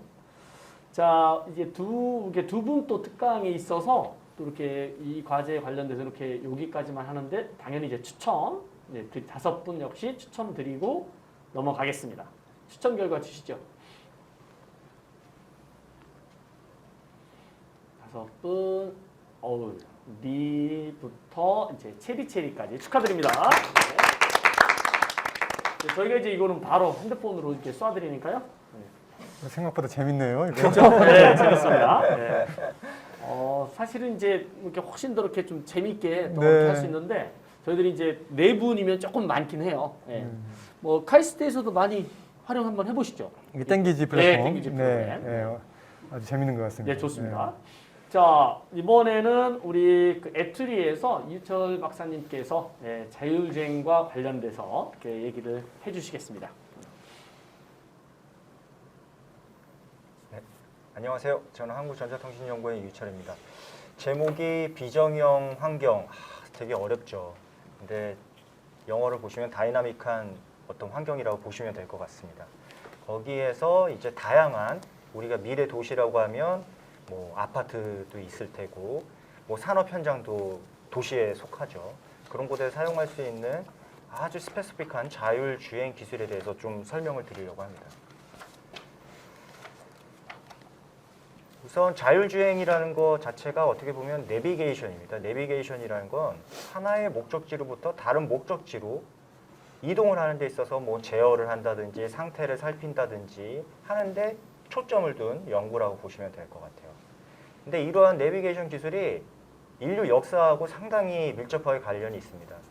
뭐 수백 년 전에 우리 징기스칸이 서쪽으로 진군을 했죠. 이런 데 있어서도 상당히 빠른 속도로 진군할 수 있었던 거는 그 몽골 군사들이 가지고 있던 내비게이션 기술이 상당히 앞서 있었기 때문입니다. 또한 동로마 제국이 이슬람 세력에 의해서 정복이 되면서 이제 서유럽 국가들이 인도로 육로로 못 가기 때문에 이제 배를 타고 이제 인도를 가려고 하면서 우리가 그 아주 유명한 크리스토퍼 콜럼버스가 산타마리아 호를 타고 신대륙을 찾게 되죠. 이때 어떤 지도라는 불정확한 정보도 있었고, 그리고 사분이라는 어떤 태양을 통해서 현재 위치를 측정하고 별자리를 통해서도 위치를 인식하고 심지어 나침반도 있었습니다. 그리고 배 뒤쪽에다가 이렇게 부유물을 띄워놓으면 그 부유물이 늘어나는 길이의 정도를 보고 이제 배의 속도를 측정할 수 있는 그런 기구도 있었습니다. 이런 걸 이용해서 크리스토퍼 콜럼버스는 신대륙을 탐지를 했던 거죠. 근데 지금은 AI 기술이 어떻게 접목이 되냐면 보다 정확한 지도를 우리가 구글 맵이라든지 맵을 사용할 수도 있고, 그리고 로봇, 보행자의 위치 인식도 할 수 있습니다. 그리고 주변에 수많은 구조적인 랜드마크, 그리고 우리가 라이다 센서, 비전 센서, 다양한 센서 기술들이 발전했죠. 가장 중요한 것은 크리스토퍼 콜럼버스에 대한 어떤 대체제가 바로 인간을 대신하는 AI 컴퓨터가 등장했다는 겁니다. 또 하나의 중요한 내비게이션 기술의 예를 살펴보시면 우리가 수십 년 전에 1983년입니다. 칼기가 이제 러시아에 의해서, 그때는 소비에트 연방이었죠. 격추가 되는데 그 격추된 원인이 뭐냐면 당시에 GPS를 사용할 수가 없었어요.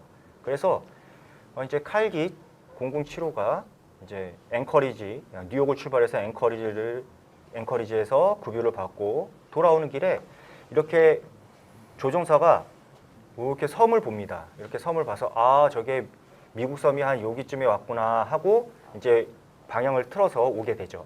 근데 그게 미국 섬이 아니었던 거예요. 그게 유사한 러시아 섬이었던 거죠. 그래서 잘못해서 러시아 땅으로 가게 되고 격추가 된 겁니다. 이거에 대해서 상당히 어떤 기술적 발전이 크게 일어났는데요. 바로 이제 레이건 대통령이 GPS 센서를 민간한테도 사용하게 허용해 준 거예요. 이걸 계기로 해서 지금은 우리가 뭐 드론부터 해서 카 내비게이션, 셀프 드라이빙 카, 뭐 트럭부터 상당히 많은 기술들이 파급 효과가 큰 겁니다. 이러한 내비게이션은 사실 미지의 환경에 갔을 때 사람도 마찬가지고 로봇도 마찬가지고 뭐든지 지도를 우선 살펴봐요. 지도상에서 목적지하고 현재 위치를 찍습니다. 그 다음에 경로 계획을 하죠.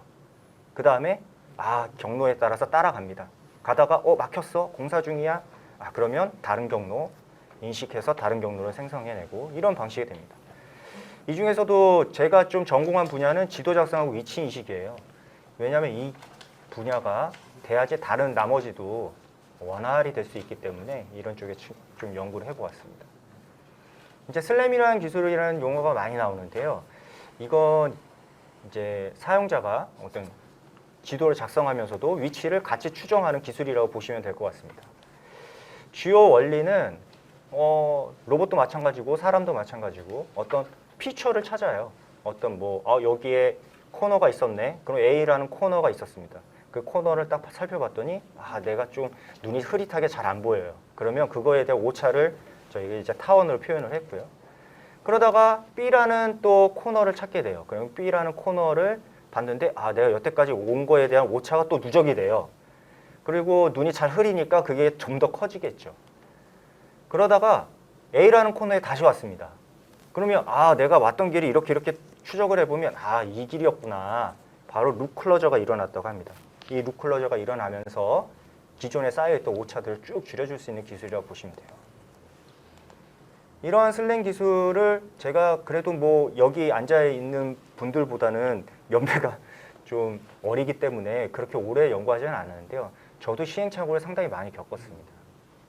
2004년에서 2008년에 우리 셀프 드라이빙 카를 아주 구글사에 가갖고 한 세바스찬 수른 교수가 저희 연구원에 왔어요. 저희가 초빙을 해서. 그래서 나 이런 연구인데 잘 안 돼. 그랬더니 비싼 센서 써! 이렇게 하면 얘기해버리는 거예요. 이게 과제상으로 잘못 드라이브하고 있구나라는 생각도 들었어요. 그리고 2008년, 2011년에 인천 송도 국제도시에서 5종의 로봇을 이제 선보이게 됩니다. 그게 안내하고 서빙하고 홍보하고 밤에는 감시 정찰하고 무거운 짐 날라주는 배달 로봇 다 개발했었어요. 근데 왜 이런 기술들이 현재 지금에야 와서 좀 더 쓰일 수 있었을까? 그거에 대해서 좀 히스토리를 나중에 설명드리겠습니다. 일단 2011에서 한 5분 정도? 네, 이렇게 2010에서 12년도에는 이제 셔틀 그런 거 했고 2012에서 13년도에 잠깐 셀프 드라이빙 카 했었는데 이거는 제가 좀 뭐라 해야 되나 도로에서 운영하는 거다 보니까 법규적인 측면 그런 측면을 고려해야 돼서 나중에 이제 원전 로봇, 병원 로봇, 현재는 자율지게차 등 아주 어려운 환경 속에서 돌아가는 그런 자율주행 기술을 만들고 있습니다. 이제 리얼필드에서는 자주 바뀌어요. 주변 물체들이. 아까 말씀드린 코너들이 계속 위치가 바뀌는 겁니다. 그러다 보니까 우리가 그 코너에 대체하는 어떤 인공 표식물들을 많이 달게 됩니다. 그래서 아티피셜 랜드마크 베이스드 로컬라이제이션이라고 보시면 될 것 같아요. 내비게이션. 이런 것들을 하기 위해서는 슬램 기술을 통해서 지도를 정확하게 작성하고 그 지도를 바탕으로 이제 위치 인식하는 기술이 주된 기술이겠죠. 이거는 오피스케어 로봇이고요. 이건 도시 축전에서 했던 건데요. 다음과 같이 천장에다가 이제 정확한 위치 인식 시스템이 없기 때문에 천장에다가 마커를 붙입니다. 이 마커가 한 1096개 정도 됐어요.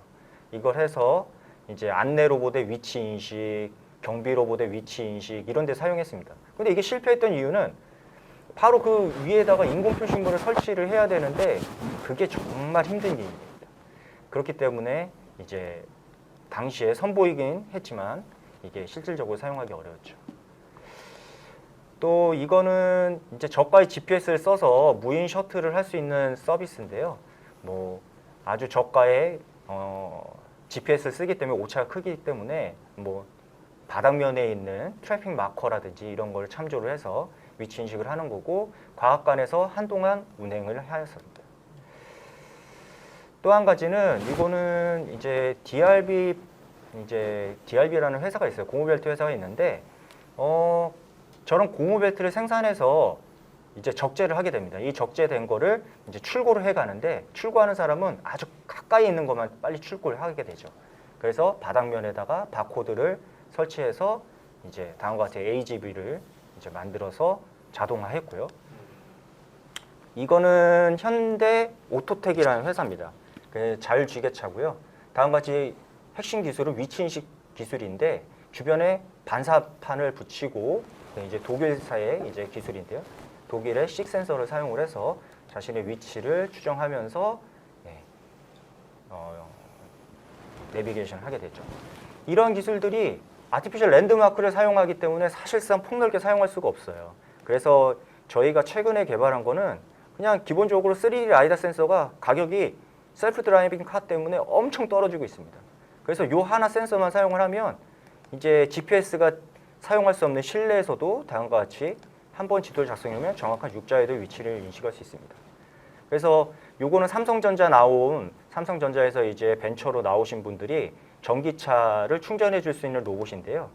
이 주차장을 살펴보시면 자동차가 있다가 없다가 엄청 다이나믹합니다. 거기에서도 정확하게 지도를 작성하게 되고, 무엇보다 중요한 거는 이러한 자동차에 대한 동적 장애물들을 이제 없애줄 수 있는 기술을 만들었습니다. 그래서 밤 9시에 자동차가 가득 주차해 있을 때도 바로 전에 이제 자동차가 빈번히, 그러니까 별로 주차되어 있지 않은 상태의 지도를 작성해서도 정확하게 위치를 인식할 수 있고, 이제 14Hz라는 어떤 실시간성을 보장을 하기도 합니다. 또 이거는 동경올림픽에 실질적으로 서비스하려고 나간 건데요. 이런 지도를 작성하는 데도 사용을 할 수 있습니다. 다음과 같이 배낭을 메고 다니면 이제 정확한 지도를 작성할 수 있고, 이제 기존에는 사람이 일일이 수작업을 했던 4시간 걸려서 작성했던 지도를 이제 본 3D 슬램을 통해서 50분 만에 절약을 할 수 있어요. 하나는 이제 정난대 병원에서 테스트를 했고, 하나는 에이펙 나루공원에서 했고, 하나는 이제 방제기에다가 농약 뿌리는 방제기에다가 실어가지고 지금 테스트를 하고 있습니다. 이제 차후에는 다음과 같이 지금 기술 이전이 돼서 이제 자율지게차 그리고 LG 이노텍의 기술 이전이 돼서 지금 이제 벨로다인 하나를 써서 이제 어떤 곳에서도 이동할 수 있는 AGV에 실질적으로 구현을 하고 있습니다. 예, 감사합니다. 감사합니다. 자, 여기 윤철 박사님 이렇게 그 자율주행 관련돼서 좀 하셨는데, 혹시 우리 자율주행 자동차를 활용한 서비스, 우리 부회장님이 제일 잘하시니까 혹시 뭐 질문 그런 거 있어요? 질문보다는요. 네. 그 사실은 이제 저희가 작년에 이제 미국에 가서 그 웨이모를 좀 보고 이렇게 좀 가까이. 네, 웨이모로 보고 와 보니까 우리 국내에도 지금 이제 자율주행차 특구도 만들고 그다음에 시범 도시도 만들고 이렇게 하고 있잖아요.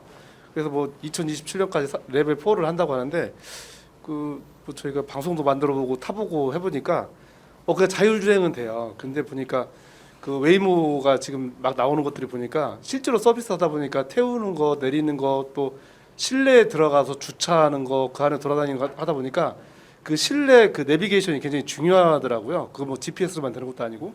근데 아까 그렇게 그냥 쭉 돌아다니면서 그냥 벨로다인으로 3D 지도를 만들고 하는 것들을 보니까 저게 또 다른 그 기술 영역이 또 우리 나라에서 되고 있구나, 뭐 이런 걸 좀 알게 됐습니다. 저 비슷한 질문이 있는데, 그러니까 왜 그 자율주행 자동차 관련돼서 이렇게 자율주행 셀프 드라이빙이 되려면 정밀 지도가 되게 중요하다고 그러던데, 아까 박사님 말씀 들어보니까 사실 기존에 수작업으로만 했던 노가다를 했던 게 지금은 이제 그럴 필요가 없는 건가요? 그렇죠. 그러니까 보통 예전에 맵을 만든다고 하면요, 우리 내비게이션 만든다고 하면 아직까지도 사실은 수작업을 합니다. 우리가 보면은 그 뭐 100km 넘지 말라고 카메라 나오잖아요. 예. 그것들을 어떻게 하냐면 사람이 직접 타가지고 운전을 하면서 녹화해놔요. GPS로. 네. 그 다음에 사람이 그걸 돌려가면서 다 태깅을 합니다. 그렇게 업데이트를 하거든요. 사실 그런 것들을 제공해 줄 수 없잖아요. 네. 네. 그런 것들이 이제 근데 셀프 드라이빙 카로 가면은 지도 정보가 완전히 달라져요. 그래서 구글 같은 경우에는 웨이모가 이제 구글사인데 이제 자율주행을 위해서 엄청난 돈을 투자하는 게 뭐냐면 구글 스트리트 뷰 업데이트입니다. 네. 그러니까 구글 스트리트 뷰를 자율주행으로 하면은 돈이 엄청 절약이 되는 거예요. 네. 근데 주객 정도가 된 거죠. 원래 구글 스트리트 뷰를 업데이트하려고 자율주행을 개발했는데 지금은 자율주행을 개발하기 위해서 구글 스트리트 뷰를 업데이트를 하고 있는 거예요. 그게 구글 스트리트 뷰가 지금 안에는 보이지 않지만 안에 라이다로 긁어서요. 다 3D로 만들어져 있어요. 그래서 그게 데이터가 어마어마하기 때문에 사실은 많은 패킷도 필요하고 하지만 그러한 것들이 사실은 실질적으로 방금 말씀하신 대로 실내에서의 내비게이션 이런 것들도 다 구글에서는 준비하고 있다라고 말씀해 주셨습니다. 그 예전에 보면은 왜 그 아이폰이 4인치를 넘어가면 안 된다. 이게 포켓에 들어가야지 휴대폰, 스마트폰이다 이런 뭐 자존심 싸움 이런 게 있었잖아요. 그 구글하고 그다음에 우리가 많이 알고 있는 테슬라하고 약간 이런 논쟁이 있었어요. 그러니까 이 라이다를 써서 자율주행차를 하니까 테슬라 그 일론 머스크 그 회장이 야 무슨 이게 군장비냐 이렇게 비싼 걸 사가지고 어떻게 보고를 시키냐 이제 이렇게 해서 테슬라는 지금도 약간 자존심 때문에 그런 것 같은데 이 비주얼 기반으로 카메라 기반으로 하고 라이다를 쓰지 않는 걸로 이렇게 돼 있고요.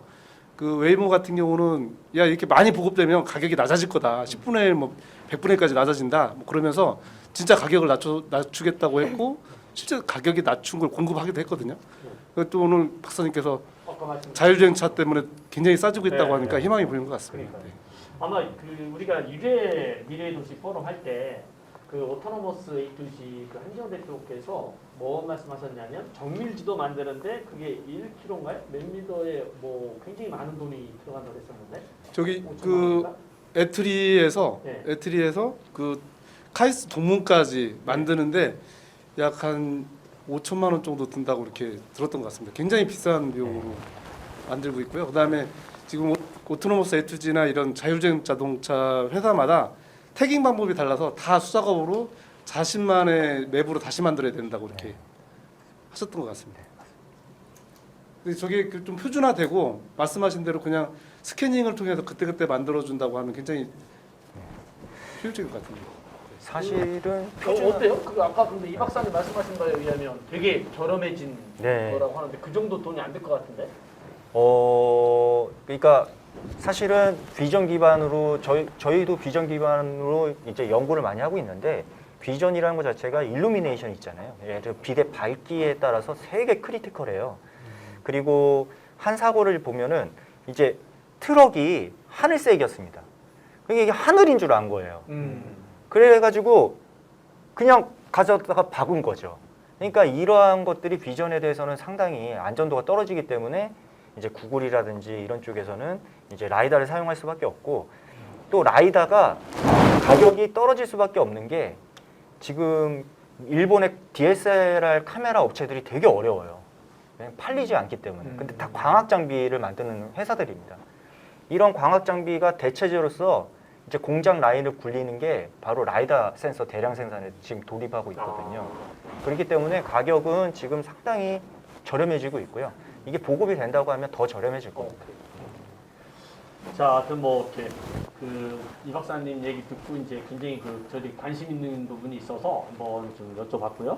그다음에 우리 이 박사님 말씀하신 것과 관련돼서 또 시청자분들의 의견을 또 이렇게 여쭤보는 그런 어떤 설문 우리가 준비를 했습니다. 세 번째 설문 한번 주시죠. 이 설문하고 그 다음에 문자로 이렇게 문의하신 거 이렇게 답변하도록 하겠습니다. 자, 미래 도시에서 가장 필요한 로봇 AI 기술은 무엇일까요? 이것도 뭐냐 조금 돕는 차원에서 예를 몇 가지 들어봤는데 자율주행 자동차, 뭐 교육, 보안, 가사 로봇, 뭐 등등등. 뭐 꼭 여기서 이제 아니더라도 의견 주시면 되는데요. 자, 우리 양경식 회장님은 어떤 분야 되게 생각하고 계세요? 네, 저는 사실은 이제 저도 엔지니어인데 그 좀 비엔지니어적인 발상으로 말씀을 드리겠습니다. 지금 보면은 우리나라가 인구 문제가 굉장히 지금 심각한 문제잖아요. 그렇죠. 그래서 그 여기 김메라 대표님도 나오셨는데 그 육아 내지는 어떤 그 가사 도우미 이런 것들이 좀 더 쉽게 된다면 또 교육도 그렇고요. 그래서 한다면은 우리나라 출산율을 조금 더 이제 높여줄 수 있는 방안이 있지 않을까 생각이 됩니다. 네, 네. 어떻게 이 박사님 뭐 의견을 좀 주실 수 있어요? 제가 애 둘을 키우는데요, 어린애들. 진짜 힘듭니다. 근데 이제 요즘에 어린애들 둔 부부들이 가장 필요한 게 건조기, 로봇 청소기, 식기세척기. 요 세 개는 반드시 필요합니다. 방금 말씀하신 대로 저는 진짜 이 자유자재로 애도 좀 돌봐줄 수 있는 돌봄 로봇이 좀 있으면 좋을 것 같습니다. 사실 애랑 가장 잘 놀아줄 수 있는 예 그게 이제 핵심이죠. 뭐 돌보고 막 그러는 것 자체가 지금 애들은 뭐 네버 타이어드잖아요. 네. 근데 우리는 금방 타이어드 되고. 우리 한번 결과 한번 볼까요? 결과 보고 우리 김미라 대표님한테 한번 의견을 한번 들어보는. 자, 보안, 자율주행, 가사, 차. 아마 결과가 아마 더 있을 텐데요. 하나 그 다음 화면 보여주시죠. 다인가요? 자, 보안이네요. 보안. 보안. 그다음에 교육에 있고, 그다음에 자율주행 자동차, 뭐 가사 로봇, 지금 이렇게 하는데, 우리 김미라 씨는 어떠세요? 어떤 부분이 가장 필요하다고 생각하세요? 지금 사실 그 발표에 저 결과에는 안 나왔는데 저는 사실 그 이제 그 노인 문제 관련돼서 노인 문제. 네 이제 특히 이제 다들 그 이제 어떻게 보면은 수명 연장 시대에 와서 어떻게 보면 또 돌봄을 받아야 되는 시기가 육아 때는 부모님이 계시지만 부모도 계시고 조부모도 계신데 이게 이제 나이가 들어서 특히나 1인 가정이 늘어가는 추세인데 저는 이제 어떻게 보면 그 부분에 대한 관심이 되게 높을 거라고 생각을 했거든요. 근데 오늘 여기 설문해 주신 분들은 다 젊으신 분들인 것 같다는 생각이 들고 네네. 여기 오늘 교수님들이랑 박사님들은 좀 저하고 동감하시지 않을까라는 생각을 조금 했습니다. 네. 우리 그 이 교수님은 어떠세요? 그 공감하시는 건가요? 네, 저는 아까 그 가상인체 때도 관심이 사실은 물어보셨으면 답을 하려고 했는데 안 물어보셨는데 치매였거든요. 치매. 네, 그런 것처럼 이 노령화 사회에 우리가 겪게 될 문제들 그런 문제들을 AI가 해결할 수 있다면 그렇죠. 좋겠다는 생각을 해봅니다. 맞습니다. 우리 그 저희 과장님은 뭐 정책 관련해서 혹시 뭐 떠오르는 거나 또 저는 정책은 생각을 안 했었고 그냥 개인적인 생각을 하고 있었는데 저는 외국어가 네. 너무 힘이 되니까 그거를 이제는 AI를 통해서 그 부분이 이제 많이 좀 진행이 되고 있잖아요. 그래서 그런 부분들이 해결이 되면 정말 뭐 교육 문제라든지 아이들이 이제는 교육에서 그런 부분들이 좀 좋아지면 이제 부모들도 좋아질 거고 이제 그런 생각을 그냥 잠깐 해봤습니다. 자 이제 그 이렇게 박사님 관련된 주제는 여기까지 얘기를 한번 하고요. 그다음에 우리 김 대표님 이렇게 마지막 강의 해주시는데 이제 10분 정도 이렇게 해주시고 네, 그다음에 짧게 이제 하겠습니다. 전체적으로도 우리가 얘기를 하고 하겠습니다. 자 우리 김 대표님 하시기 전에 좀 중요한 게 있어요. 추첨. 추첨 또 5분 해드려야죠. 자 추첨 한번 해주시죠. 자 5분. 어우 뭐 민버스부터 순대랑 만나주세요. 축하드립니다. 자 이제 준비됐나요? 네, 우리 김 대표님 강의해 주시면 됩니다. 네, 오늘 그 사실 20분 정도 분량이긴 했는데 지금 앞서 해주신 분들 얘기가 더 재밌어갖고 저는 이거 빨리 그냥 끝내고 딴 얘기를 하고 싶네요. 좋아요. 네, 저희는 지금 중국 퍼스트 브레이브라는 회사에서 제공하고 있는 그 이체인 플랫폼이에요. 이제 저작권 관리 시스템인 인공지능, 빅데이터 관련된 지금 모니터링 시스템에 관련된 내용인데, 뭐 이거 회사 소개는 지금 이 부분이 좀 재밌는 내용이에요. 지금 2011년 이 회사가 설립이 됐습니다만. 사실 현재까지도 중국은 저작권 관련된 부분에서 아직까지도 인식이 없는 나라라고 저는 생각을 하고 있거든요. 근데 이 회사가 2008년 북경 올림픽 때 이제 그 스포츠 중계 관련된 부분으로 정부 지원을 받아서 시작한 회사예요. 그래서 중국에서는 이 저작권 관련된 부분이 올림픽 중계 관련된 부분 때문에 좀 더 이슈가 되기 시작했다라는 부분이 좀 저는 관심이 있었고요. 그러니까 아까 말씀드렸듯이 이 빅데이터 관련된 부분이 제가 보니까 이 인공지능에서의 어떻게 보면 되게 중요한 요소인 것 같은데 뭐 여기 이만큼 하고 있다라는 회사 자랑을 떠나서 중국이라는 나라의 어떤 이 규모, 빅데이터의 규모를 제가 이제 말씀을 드리고 싶은 건데 그 현재 2천만 건 이상의 어떤 저작권 모니터링을 한다라는 것 자체가 사실은 10년밖에 안 된 회사인데 굉장히 누적된 양이 많다는 거죠. 저는 그래서 사실 이제 지금 AI 시스템 기술 관련된 내용보다는 이 데이터를 우리가 활용할 수 있는 게 뭔지에 대해서 저는 조금 더 관심을 갖고 볼 필요가 있다라고 생각을 합니다. 지금 현재 한국 관련된 컨텐츠들뿐만이 아니라 지금 세계적인 컨텐츠들이 중국에서 유통이 되고 있는데 굉장히 많은 그 불법 저작물들이 유통이 되고 있습니다. 특히 한국 같은 경우에는 지금 한한령 이후 거의 3년 넘게 컨텐츠가 정식 유통이 안 되고 있는 상황에서 대부분의 컨텐츠가 오늘 지금 한국에서 방송이 되면 내일 실시간으로 다 볼 수가 있어요. 자막 처리까지 다 돼서. 그래서 그 저작권자, 권리자들, 크리에이터들의 그 피해 상황이 굉장히 심각하다라고 볼 수 있습니다. 그래서 그 이 정도 되는 지금 현재 침해 상황을 가지고 저희가 단속 업무를 하고 있는데, 지금 이런 프로세스를 통해서 자료들을 수집을 해서 사실은 저 모니터링 시스템을 거쳐야 저희가 이제 필터링을 해서 이제 어떤 것이 불법이고 어떤 것이 이제 합법인지에 대한 단속 기준이 정해진다는 거죠. 그래서 이제 사법 처리를 하든지 행정적인 조치를 진행을 하고 있습니다. 네, 이게 이제 저희 그 시스템 내부에서 그 모니터링한 결과를 가지고 증거를 보존해 놨다가 이제 실제로 그 형사나 민사상의 소송을 취하기 직전에 이제 자료로서 이제 보존을 했던 거를 사용을 하고 있는 상황이고요. 지금 중국의 많은 그런 유통 플랫폼, 그 IT 유명한 회사들이 지금 많이 보여주고 있는데 저 회사들이 전부 다 이제 모니터링 시스템을 저희 쪽을 활용을 하고 있는 상황입니다. 그래서 지금 AI 저작권 오픈 플랫폼이라고 해서 지금 이제 이미지, 텍스트, 음악, 영상 관련된 부분에 모든 저작권 관련된 모니터링을 하고 있고요.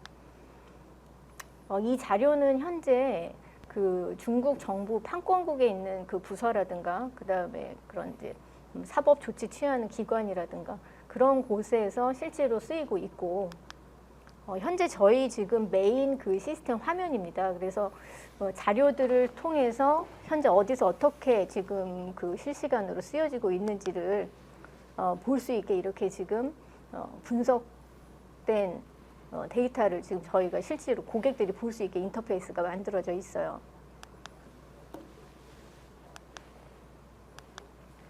네. 이건 저희가 최근에 이제 한국 관련된 자료들을 가지고 저희가 이제 모니터링 했던 내용을 가지고 만들었던 그 화면인데 이거는 조금 더 업데이트가 필요한 상황이고 특히나 이제 한국 같은 경우에는 중국이라는 어떤 나라에 대한 상당한 불신이 많아서 자료를 말 그대로 모니터링하는 것조차에도 그것조차도 굉장히 이제 신중하다라는 거죠. 그 모니터링을 요청할 자료를 가지고도 불법으로 쓸 수 있기 때문에 네. 그래서 실제로 이제 그런 저작권자들이 굉장히 조심스러워하고 계약 단계에서도 많이 딜레이가 되는 편입니다. 이게 실제로 이제 모니터링을 해서 저희가 나온 화면 하나를 캡처를 한 건데 중국에 있는 최소 이제 50개 이상의 사이트와 불법 사이트들 같은 경우에는 100개 이상의 이제 그런 불법 사이트들을 저희가 찾아내서 단속을 하고 있고 이제 이런 모니터링 기술을 통해서 화면 인식을 하고 네, 스포츠 중계도 실시간 이제 저희가 모니터링을 하고 있고요. 그래서 이제 이거는 사례를 그냥 말씀을 드리려고 화면을 준비를 했는데 실제로 중국에서도 요 근래 문화 콘텐츠들이 굉장한 많이 이제 제작이 되고 있는데 자기네들끼리도 쓰면서도 불법으로 많이 쓴다는 거죠. 그래서 그런 불법 서버에서 무료로 볼 수 있는 실제로 저희도 지금 그런 사이트들이 단속이 잘 안 되고 있긴 한데 그 서버들을 계속 옮겨 다니면서 서비스를 하기 때문에 단속이 좀 어렵습니다. 그래서 얼마 전에 이게 저희가 이제 그 한국 컨텐츠물도 여기에 포함이 돼 있었는데 그 펑리낭이라는 사이트를 통해서 중국, 일본, 미국, 한국 컨텐츠가 불법으로 서비스가 되고 있었어요. 굉장히 규모가 큰 사이트였는데 국제 공조를 통해서 지금 사실 혐의 입증도 다 하고 용의자 체포하고 지금 미국 NPA라는 영화협회라든가 일본의 코다 저작권 협회를 통해서 지금 현재 진행 중입니다. 근데 불행이라고 말씀을 드려야 될지 모르겠는데 한국은 사실 여기에 참여를 안 했어요. 저희가 강력히 참여를 같이 하자고 했지만 미온적인 태도에 있어서 이제 그 부분이 참 안타까운 게 향후 유통에 대한 어떤 불안감 때문에 중국에서 소통을 하거나 이게 소송을 한다거나 뭔가 이야기를 하는 걸 굉장히 어려워한다는 거죠. 그래서 이런 부분들이 향후 좀 나아지려면 사실 저는 그 모니터링한 이 데이터를 가지고 한국 콘텐츠들이 실제로 어떻게 활용을 하는 게 좋을지 이런 그 인공지능을 통한 기술을 통해서 좀 더 분석할 수 있으면 좋겠다 싶은 생각을 합니다. 네, 저 여기까지 하고 뭐 질문을. 감사합니다. 네. 자, 뭐 역시 우리 그 패널 분들 중에서 이렇게 뭐 이렇게 질문이나 아니면 말씀하시고 싶은 거 있으면 먼저 듣고 그 다음에 이제 다음 네. 진행으로 넘어갈게요.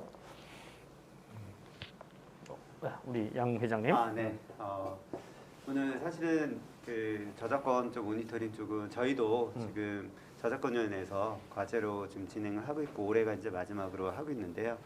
그 AI 쪽에 관련된 기술들이 점점 기술이 좋아지면서 그 아까 말씀하신 것 같이 해적 사이트들은 굉장히 URL이나 아니면 도메인, 요즘 IP를 바꿔가면서 굉장히 다양하게 서비스를 하고 있거든요. 그래서 저희들도 시도하는 것 중에 하나가 AI 기법을 써서 어떤 사이트로 그 옮겨 다니는지 그리고 이름만 바꿨는데 그게 같은 사이트인지 아닌지 이런 것들을 비교하고 판별하고 모니터링을 하고 하는 기술들을 저희들도 개발을 하고 있는데요. 하다 보니까 이런 부분들이 있는 것 같아요. 근데 법적인 문제, 근데 국제적인 어떤 공조 문제 이런 것들이 좀 굉장히 그 같이 겹쳐 있는데요. 저희도 사실은 저희도 그 저희 퍼스트 브레이브에서 하는 것 같이 그런 어떤 기술들, 그 다음에 모니터링하고 그 다음에 단속하는 그 블로킹하는 어떤 그 뒤에 대응 체계들 이런 것들에 대해서 굉장히 좀 관심이 있고 앞으로 많은 좀 도움을 받았으면 하는 생각이 듭니다. 네. 그 어떻습니까? 그 AI가 이제 기술이 발달되면서 이렇게 발굴하고 이렇게 그런 어떤 정도랄까요? 그게 굉장히 좀 높아졌나요? 제가 지금 사실 오늘 이제 말씀해주신 기술들이라든가 저는 엔지니어 출신은 아니고 저는 사실 인문학도기 때문에 인문학적 관점에서 보는 내용이 조금 더 많았는데 실제 생활이기도 하고 이제 컨텐츠는 저희 생활의 거의 대부분을 차지하고 있다라고 보면 그 중국에서의 AI 기술이라는 걸 저는 굉장히 사실 큰 기대를 하고 봤어요. 이 말씀을 드리면 좀 조심스러운 부분이 있지만 굉장히 그 AI, 이 빅데이터 AI가 어느 산업에도 다 붙어 있기 때문에 중국은 역시 AI에 있어서 강국이다. 뭐 이런 생각을 갖고 사실 들여다봤는데 이 중국이라는 나라의 그 가장 어떤 장점 중에 하나인 것 같아요. 어떻게 보면 노동 집약적인 AI 산업이라고 저는 한마디로 말씀을 드리고 싶은데 이게 어떤 기술적인 부분이 베이스가 된다기보단 이런 데이터들을 모으는 걸 수작업을 해서 많이 모아놓은 다음에 그 부분을 가지고 사실 기술적인 부분을 적용을 하니까 훨씬 더 파급 효과도 크고 적용 분야도 넓다라는 생각을 하고 있고요. 그다음에 이제 그런 부분에서 한국은 특히 규제도 좀 뭔가 많고 중국은 이제 그런 부분에서 어떤 당의 그 어떤 관리가 있기 때문에 좀 더 규제 없이 일을 진행할 수 있는 부분이 있어서 한국에서 아쉬운 부분이 약간 그런 부분이 있는 것 같습니다. 자, 우리 저도 한번 하시죠. 뭐 중국 말씀하셔서 이렇게 하는데 얼마 전에 기사를 보니까 중국의 AI 업체들이 아까 상해 말씀하셨는데 뭐 굉장히 많고 정부 주도화에 쭉 가고 있는데 사실은 이런 모니터링이라고 하면 여기 굉장히 긍정적인 그렇죠. 모니터링이잖아요. 근데 요거 말고 뭐 사람들을 감시하는 뭐 빅브라더라든지 뭐 이런 거에 대한 우려가 있을 것 같아요. 그래서 중국 정부는 중국 정부인 거고 중국의 일반 그 시민들하고도 많이 접촉을 하실 것 같아서 중국인들은 여기에 대해서 어떻게 또 생각을 하시는지. 제가 지금 사실 중국 회사랑 일을 한 지는 저는 이제 중국에서 이제 은행을 같이 이제 일을 했기 때문에 중국은행 출신이라 좀 더 그 오래 전부터 이제 중국 사람들을 접했었는데 중국 사람들은 어떻게 보면 정부 당에서 관리를 한다라는 부분에 대한 별로 거부감이 없습니다. 그러니까 한국하고 좀 다른 부분이 그런 부분에 있어서 인식의 차이가 있고 특히나 그 관리가 더 필요하다라고 생각을 하는 부분도 있어요. 그러니까 불법적으로 지금 예를 들면 어떤 인권 탄압을 한다거나 이런 부분을 제외한 자기네 생활에서의 안전장치로서도 저런 안면 인식이 좀 필요하다라고 얘기하는 친구들을 저는 굉장히 많이 봤거든요. 네, 그래서 그런 부분이 어떻게 보면 한국하고의 인식 차이가, 문화적인 차이가 조금 있는 것 같습니다. 그 대부분의 사람들은 내가 이걸 활용하면서 내가 정치적으로 피해볼 일은 없다 정도는 기본적인 생각이 있을 것 같네요. 네. 그게 아마 그 우리 김 대표님 말씀하신 그런 부분이, 그러니까 그 중국에서 어떤 당이라고 하는 게 우리가 일반적으로 바라보는 당이 아니잖아요. 네, 다르죠. 그러니까 우리는 그냥 국민 위에 정치적인 있는 게 당 당이니까. 뭐 이런데 네. 아마 뭐 회사에 그러니까 일반 민간 기업체에서 일하고 있는 분들도 다 당 소속이 될 수도 있고 그래서 아마 우리 한국 사회에서 비교해 보면 공무원과 가장 유사한 네, 이렇게 맞습니다. 비교가 될 것 같아요. 네, 그러니까 이제 아까 김 대표님 말씀하신 대로 우리가 뭐 모니터링 당한다고 뭐 이런 어떤 위협이라든가 그런 건 아닐 수도 있는 그런 상황이죠. 근데 하여튼 되게 긍정적인 그런 거네요. 네. 네, 저는 근데 오늘 이제 말씀 나눠주신 걸 들으면서 사실 그 제가 중국 회사를 위해서 일을 하는 건 아니고 한국 컨텐츠를 위해서 중국 회사랑 일을 하고 있는데 이게 이제 이 어떤 대전이라는 특성 있는 그 중국은 도시가 너무 많고 지역이 넓다 보니까 지역마다의 특성이 또 달라요. 그런데 이 대전에서 갖고 있는 이 좋은 인프라와 이런 그 기술적인 것들을 사실 중국의 어느 지역, 어느 지방 도시, 성과 좀 연계를 해서 같이 뭔가 공조해서 일을 한다거나 그 기술 협약을 맺어서 서로 뭔가 지금 그 중국 같은 경우에는 약간 자율 경제거든요. 그 지방 경제가. 그래서 그런 기술적인 부분을 니즈를 갖고 있는 도시가 분명히 있을 거고 그런 나라, 그런 정부 기관에서의 어떤 또 지원을 받아서 서로 공조를 통해서 한국에서 이제 얻을 수 있는 여러 가지 활용 모델이 좀 있을 거라고 저는 생각을 합니다. 이제 뭐 다른 분야까지는 제가 잘 모르겠지만 특히나 컨텐츠 분야는 그런 부분에서 이렇게 오고 가는 소통이 필요한데 그냥 일방적인 소통으로는 문제 해결이 거의 불가능하거든요. 그래서 그런 부분들을 이제 한번 생각해 주시면 굉장히 좋지 않을까라고 생각을 합니다. 뭐 지금 김 대표님 말씀하신 뭐 그런 부분과 관련돼서 그 우리가 이제 마지막 설문 한번 진행을 하고 그 다음에 폭넓게 우리가 오늘 나왔던 얘기 전반적으로 폭넓게 이제 자유롭게 토론하는 그 시간 갖도록 하겠습니다. 자, 우리 김미라 대표님 이렇게 발표를 하신 거에 대해서 이제 저희들이 설문을 또 준비를 했어요. 네, 설문 네, 주시죠.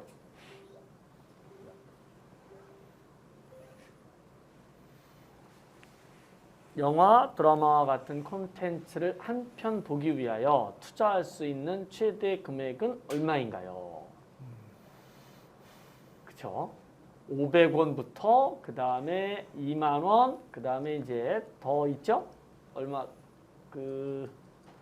네 개로 줄였나요? 네. 아, 4개로? 잘하셨네요. 벌써 싹 흘러가 버렸네? 그쵸? 네. 또 500원부터 2만 원. 요거는 우리가 추측을 한번 해볼 수 있을 것 같은데 뭐가 양 대표님은 어떤 게 제일 많이 나올 것 같아요?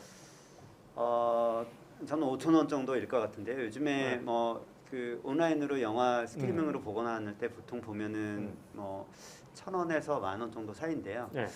근데 이게 세대마다 굉장히 틀린 것 같아요. 우리 집에 보면은 딸아이나 아니면 아들 같은 경우는 그 온라인에서 제값을 지불하고 보는 거에 대해서 굉장히 익숙해져 있거든요. 근데 우리 이제 좀 나름 이제 기성세대들은 그 무료로 얻을 수 있는 무형의 어떤 자산을 얻는 거에 대해서 돈을 지불하는데 아직 좀 익숙하지 않은 게 있는 것 같습니다. 그래서 그 저도 이제 점점 심지어는 전 저작권 모니터링하는 이쪽 기술이나 이런 걸 개발하는데도 불구하고 이런 생각에 좀 보수적이었는데 점점 앞으로는 이거에 대해서 굉장히 좀 자유롭고 돈을 많이 그다음에 컨텐츠 질이나 이런 것들에서 앞으로는 한 2만 원이 돼도 뭐 집에서 보면 극장이나 이런 것들 그 환경같이 많이 만들어 놓고 하잖아요. 더구나 요즘 비대면 시대이기 때문에 그래서 이런 부분들은 뭐 답은 5,000원이 될 것 같은데 앞으로 한 2만 원 정도도 가능하지 않을까 이렇게 판단을 해봅니다. 네. 자, 우리 그래도 오늘 아까 뭐 스스로 오늘 가장 젊다고 얘기하신 우리 이철 박사님은 뭐 본인 이 박사님은 어느 정도 생각하고 계세요? 제가 생각하기에는 좀 약간 최신 거냐 네. 아니면 옛날 거냐에 네. 따라서 가격이 좀 다른데 아, 다르죠. 네. 평균적으로 네, 볼 때. 평균적으로 딱 봤을 때 최대치니까 네. 최대치니까 여럿이 영화 극장에서 본다고 고려했을 때 네. 2만 원 정도는 사용할 수 있지 않을까. 역시 전문분들은 다르네요. 우리 교수님은 얼마까지 생각을 하고 계세요? 그러니까 저는 문제가 좀 그 정확하지 않은데 그러니까 최대 우리 얼마까지 주고 고해상도로 올라갈 거냐? 네. 대화면으로 볼 수 있는 그런 콘텐츠라면 2만 원 이상도 윌링 기꺼이 할 수 있는데 스마트폰으로 보는 620 뭐 380 요거라면 5,000원 미만이 되지 않을까? 5,000원 미만이 될 것 같다. 화질에 따라서. 우리 과장님은요? 네, 저는 개인적으로 요새 뭐 TV나 이런 걸 안 봐가지고 문화생활을 안 네. 하시는구나. 아니 꼭 그런 건 아닌데. 그건 아니고 그래서 다른 식으로? 천 원 정도를 얘기를 하려고 했다가 이게 지금 뭐 이렇게 금액이 꼭 나이를 이야기하는 것 같아서 5천 원 정도로 한번 올려보겠 네. 야, 우리 한번 결과 보겠습니다. 저도 말씀 한번 드릴게요. 그래요? 저는 사실은 거의 공짜로 보고 싶어하는 사람이고요. 그렇죠. 근데 이게 네. 문제가 얼마냐에 꽂힌 게 아니라 좀 최대라고 해서 뭐 최대로 5만 원도 낼 수 있을 것 같은데요. 5만 원까지. 최대라고 해가지고 그래서 이런 거 요즘 이런 드라마에 어느 정도는 기꺼이 낼 수 있다라고 했으면 또 답변이 되잖아요. 더 맞습니다. 예, 맞습니다. 네, 하여튼 뭐 우리 결과 한번 보겠습니다. 결과 보여주시죠. 뭐 1,000원이 뭐 1,000원이 제일 많고 그래도 뭐 2만 원도 꽤 많아요. 그게 많아요. 비슷하네요. 네. 사실 어제 뭐 저는 영화 보는 거 좋아해서 제가 가장 좋아하는 그 아웃 오브 아프리카 그거 어제 이제 집에서 이렇게 쭉 봤는데 뭐 술만 잔뜩 마셨습니다. 너무 재밌어서 너무 재밌어서 술만 잔뜩 마셨는데 추첨하고 바로 우리 전체 토론 이어가도록 하겠습니다. 추첨 주시죠. 자, 그러니까 우리는 10,000원 드리는 거니까, 그렇죠? 2편 정도는 보실 수 있을 겁니다. 자, 오늘 하여튼 뭐 굉장히 우리가 일반적으로 하는 그 미래도시 포럼은 보통 2분 정도 모셔서 이렇게 강의 듣고 그 다음에 이제 양방향 토론을 이제 많이 했었는데 오늘은 이제 워낙 AI가 다양한 분야에 적용되는 것만큼 많은 분들을 좀 모셨고요. 자, 오늘 이렇게 얘기했었던 전반적인 것과 관련돼서 뭐 우선은 뭐 기업체에서 아마 대전시한테 좀 이렇게 요구하는 아니면 좀 요청드리는 이런 게 있을 수도 있을 것 같아요. 우선 기업 대표님부터 먼저 한번 얘기를 한번 꺼내보시죠. 네.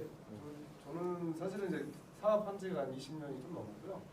예전에 대덕 특구 출범할 때 그때는 이제 판교가 지금처럼 생태계가 구축되기 전이었어요. 그래서 대덕 특구가 만들어질 때 지금 18년 정도 전인데 17년 된 것 같아요. 근데 그 대덕 특구 만들어질 때 우리가 대한민국의 실리콘밸리를 만들자 뭐 했는데 그때도 그랬고 지금도 그렇고 실리콘밸리는 뭐 창업의 대부분이 소프트웨어고 뭐 제조업 이런 것들은 없는 거거든요. 근데 2010년도 지나서 대전에서 이제 실리콘밸리에 사무소를 내면서 미국 진출할 업체를 이렇게 모집을 했는데 제조업만 모집을 했어요.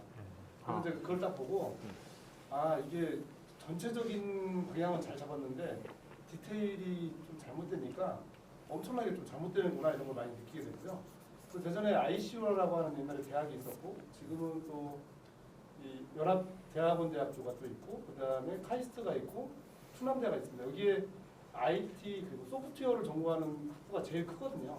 굉장히 큰데 저희가 아까 AI 이렇게 했는데 저희는 소프트웨어 산업 생태계 안에 AI도 있고 뭐 옛날에 골프존이라든지 아니면 지금 있는 센트랙 아이도 소프트웨어 기술이 굉장히 센 회사인데도 불구하고 뭐 소프트웨어 따로 뭐 바이오 따로 이렇게 했던 것 같아요. 그래서 대전이 또 잘 가려면 역시 그 AI에 기반이 되는 소프트웨어 기술, 인력 그리고 이 생태계에 관련돼서 민간에서 어떤 식으로 성장할 수 있는지에 대해서 좀 면밀하게 검토한 다음에 전략을 좀 세워주시면 안 될까 이런 생각을 하고 있습니다.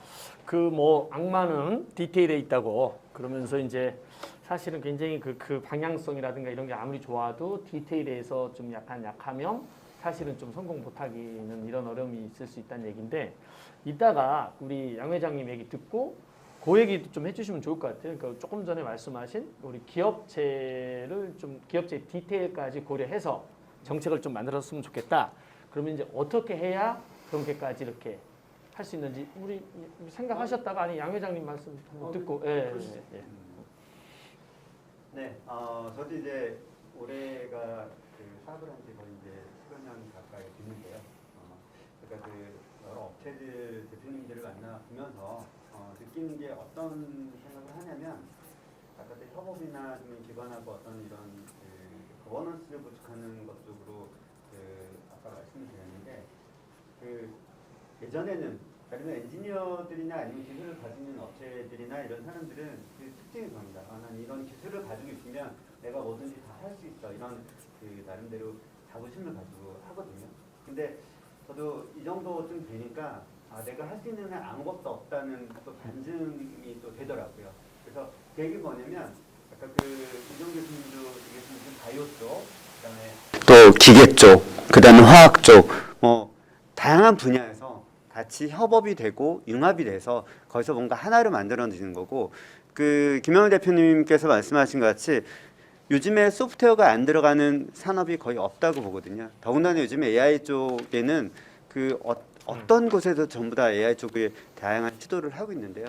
그래서 제가 말씀드리고 싶은 거는 뭐냐면 다양한 그 협업체, 그다음에 유기적인 네트워크, 그다음에 거기서 같이 할 수 있는 것들이 뭔지를 면밀하게 이야기하고 거기서 같이 할 수 있는 거를 찾아보는 게 굉장히 좋은 그 모델이 아닐까 생각이 됩니다. 근데 이런 생태계를 만들고 이런 게 굉장히 중요할 거라고 판단이 됩니다. 네. 오케이.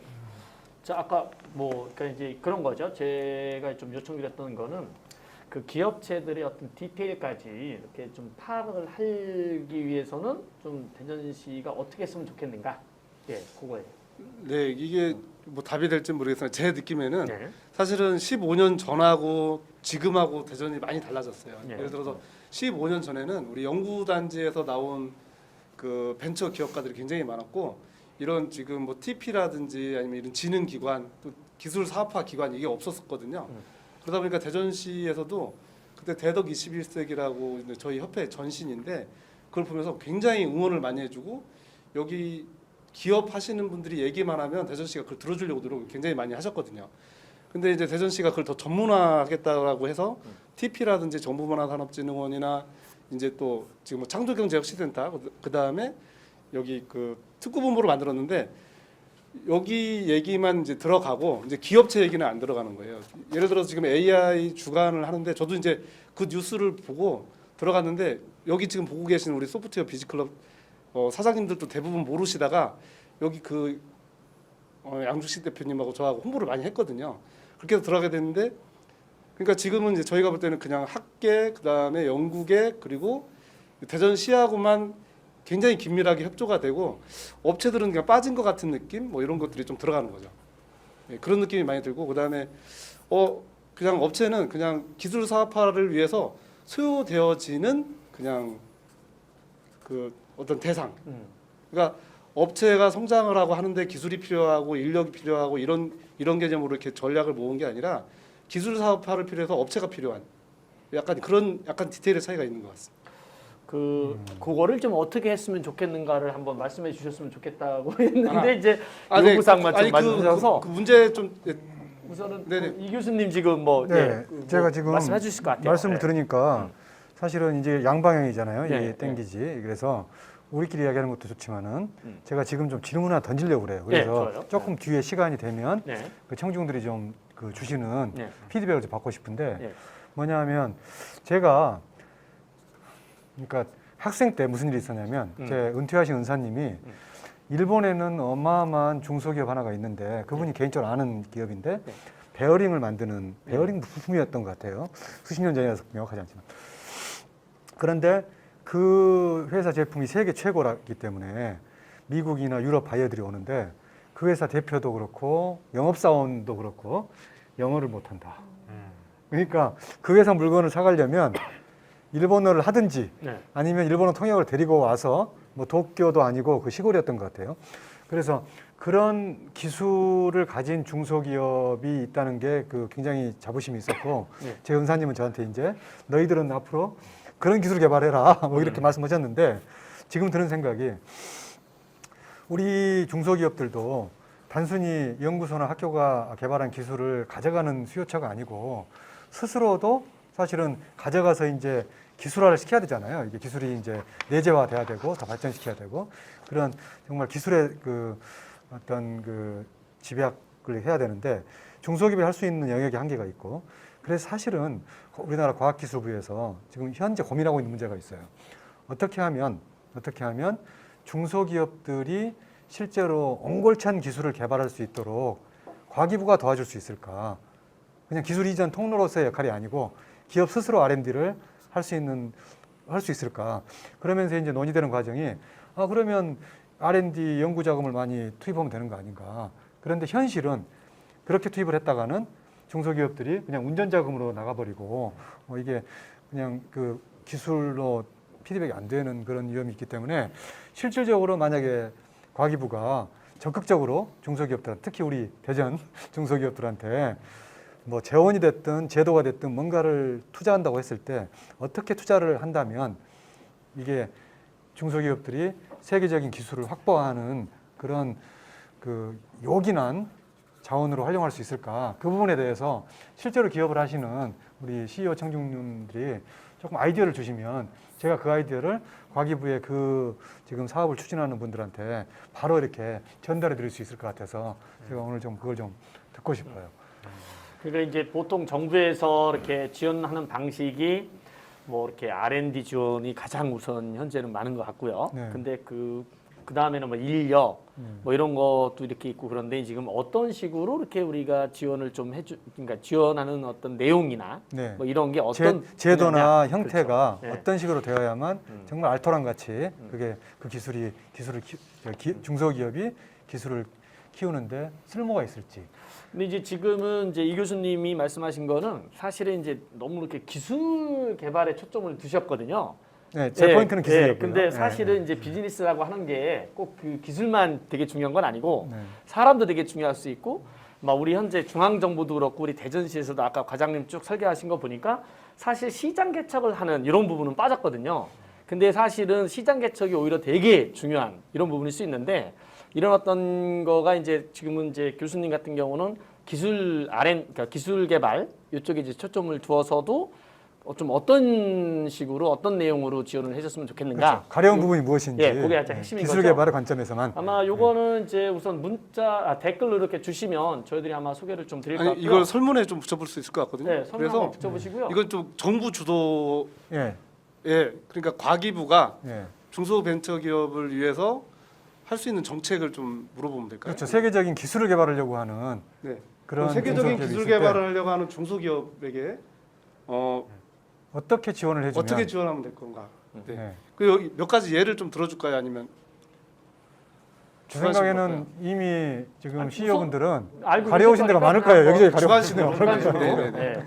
한번 해서 저기 사실 다음 거하고 약간 겹치는 것 같긴 한데요. 한번 해보도록 하죠. 네. 자, 그거부터 먼저 하고 지금 들어가시죠. 네, 지금 들어가시고요. 아까 그거 지금 뭐 준비할 동안에 아까 이제 그 우리 이유철 박사님 말씀하신 거에 대해서 댓글로 가장 많이 물어본 것 중에 하나가 센서가 얼마냐. 센서가 얼마냐 이거 있었거든요. 라이다 센서가 지금 이제 벨로다인 그거는 하도 중국 친구들이 카피를 잘해가지고 이제 성능적인 차이는 없어요. 네. 그래서 외산이 3,500불 정도로 떨어졌습니다. 네, 3,500불. 어마어마하게 떨어진 거죠. 네, 3,500불로 떨어졌고요. 10분의 1? 예, 얼마 전에 그 저기 오토모스 얼마 전에 오토모스 A2G가 옆에 붙어 있는 한 대가 네. 5천만 원씩 해가지고 그거는 라이다만 2억이라고 예, 듣고 채널이 좀 높은 거는 아직 1억이 넘습니다. 비싸. 128 채널은. 근데 16 채널이 제일 싼 건데 16 채널이 한 3,500불까지 떨어졌고요. 근데 이제 자동차에서는 이게 내구성이 있어요. 돌아가니까 네. 모터가 있어서. 그래서 이제 솔리드 스테이트 타입이라고 해서 우리 카메라 같이 CMOS 이제가 있는 거예요. 그건 이제 팡 싸가지고 위상차를 하는 거거든요. 그거는 지금 10만 원대면은 삽니다. 오케이. 자, 설문제 우리 이 교수님이 이제 아주 그 긴급 제안하신 그 설문 한번 준비를 했습니다. 한번 의견들을 한번 들어보겠습니다. 세계적인 기술 개발을 하려는 중소기업에게 과기부가 중소벤처기업을 위해 할 수 있는 정책은 또는 해 주었으면 하는 정책은 이거인데 이제 이거는 저희들이 급히 만든 것도 있지만 이미 고민들을 많이 하고 계실 거예요. 그래서 의견들 주시면 한번 모아 보도록 하겠습니다. 그게 의견들 주시는 동안 저도 아까부터 이렇게 그 생각을 했던 거가 있는데 우리 양중식 회장님이 아까 물어보고 싶다고 한 게 있었죠, 그렇죠? 지나갔나요? 그러면 이제 우리 과장님께 한번 제안을 드리는 바인데 이게 어떤 정책 발굴을 하는 그게 되게 이제 사실 중요하잖아요. 네. 근데 아까 우리 김영렬 부회장님도 말씀을 하셨는데 사실은 이제 정책 발굴을 할 때 거의 기업체는 빠져 있습니다. 예, 그래서 자문위원이라고 모시는 분들은 사실은 거의 뭐 교수님이나 뭐 이런 분들이 가 계시는데 사실은 우리가 그 과장님이 고지전 영화를 한번 보시면 참 좋을 것 같아요. 네. 제가 이제 가장 좋아하는 부분인데 그 악어 중대로 파견을 가는 네. 중대장이 맨날 죽죠. 네. 근데 죽은 이유가 있어요. 네. 왜냐면은 현장을 잘 모르고 작전을 자꾸 피니까 아군이 자꾸 죽이니까 소대장이 이렇게 총으로 쏴서 죽여버리는 굉장히 우리가 정책 발굴을 할 때 중요한 그런 부분이라서 그거를 어떻게 우리가 정책 발굴을 하면 좋은가에 대해서 한번 포럼을 하는 것도 좋을 것 같다는 생각이 네. 들어요. 예. 저희가 이제 코로나 시대가 한참 가니까 뭐 우리 이런 식으로 네. 해도 굉장히 좋을 것 같고 그때는 이제 뭐 회장님하고 부회장님이 이제 뭐 이렇게 우리 회원사들 많이 좀 이렇게 협조를 구해서 많이 참여하셔가지고 다양한 의견을 좀 내도록 그렇게 하시면 좋을 것 같습니다. 그건 한번 제가 예. 아까 하면서 네. 생각이 들었던 부분이고요. 자, 우리 설문 결과 한번 또 중요하니까 예. 보겠습니다. 투자, 돈, 재정 지원, 자금 지원 이렇게 나왔는데 이게 다 자본이죠. 뭐 기술 지원, 예산 지원 뭐 이렇게 나왔는데 요거는 이제 저희들이 조금 이렇게 다듬어 가지고 이렇게 여쭤봤어야 이게 굉장히 그러네요. 명확하게 네. 이렇게 할 수 있는 건데 돈이 제일 우리 비즈니스 할 때도 가장 돈이 제일 중요하잖아요. 근데 과거에 돈을 직접 줄 수는 없어요. 네, 과거에 대전에 있는 소프트웨어 기업들한테 그 여기 오늘 저기 좌장 맡고 계신 안기동 교수님께서 설문조사를 한 적이 있었거든요. 그러니까 기술 개발은 스스로 할 수 있다. 그래서 자금이 제일 컸고요. 그 다음에 인력 정도. 그다음에 이렇게. 시장 개척, 네. 그다음에 이제 R&D 이렇게 나오는데 사실 우리 그 대전 테크노파크를 통해서 이렇게 주는 그런 것도 거의 R&D가 50%, 기술 사업화가 70%. 그러면 이제 그 두 개 R&D와 기술 사업화 관련된 거가 거의 70%를 차지하거든요. 근데 저희들이 이제 조사를 해보니까 이제 자금이 가장 압도적으로 중요하고 또 어렵고. 근데 문제는 자금을 직접 줄 수는 없죠.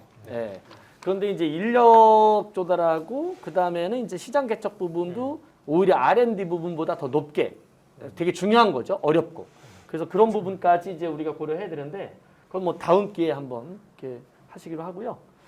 그 우리가 이제 거의 지금 2시간 딱 지금 돼서 저희들이 이제 보통 저희들 포맷에 이게 순위를 조금 이렇게 매겨서 상품을 조금 더 차등화하는 그런 게 있습니다. 그래서 그러려면 이제 설문과 다르게 퀴즈를 저희들이 해야 돼서 퀴즈 몇 개 또 준비를 했습니다. 네.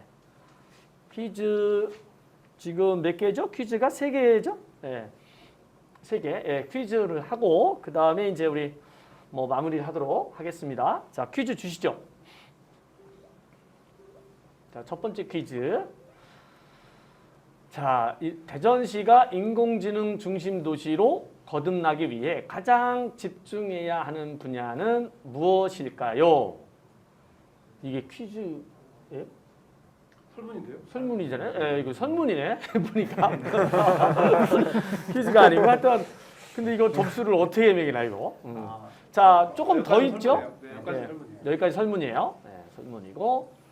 그러니까 이제 조금 전에 저희들이 했던 얘기랑 좀 비슷한 이런 부분이고 그 다음에가 아마 6번 여기 항목에 R&D 기술 개발 뭐 이런 게 있을 것 같은데요. 자, 결과 직접 바로 보여주시죠. 퀴즈 맞다는데요? 제일 많이 맞힌 답이 그렇죠. 정답입니다. 가장 많이 이렇게 선택한 거를 저희들이 정답으로 간주를 하겠습니다. 정답 보여주시죠. 한번 인력양성 부분이네요. 자, 그러면 자 퀴즈 됐고요. 저 두 번째 퀴즈라서 바로바로 넘어갈게요.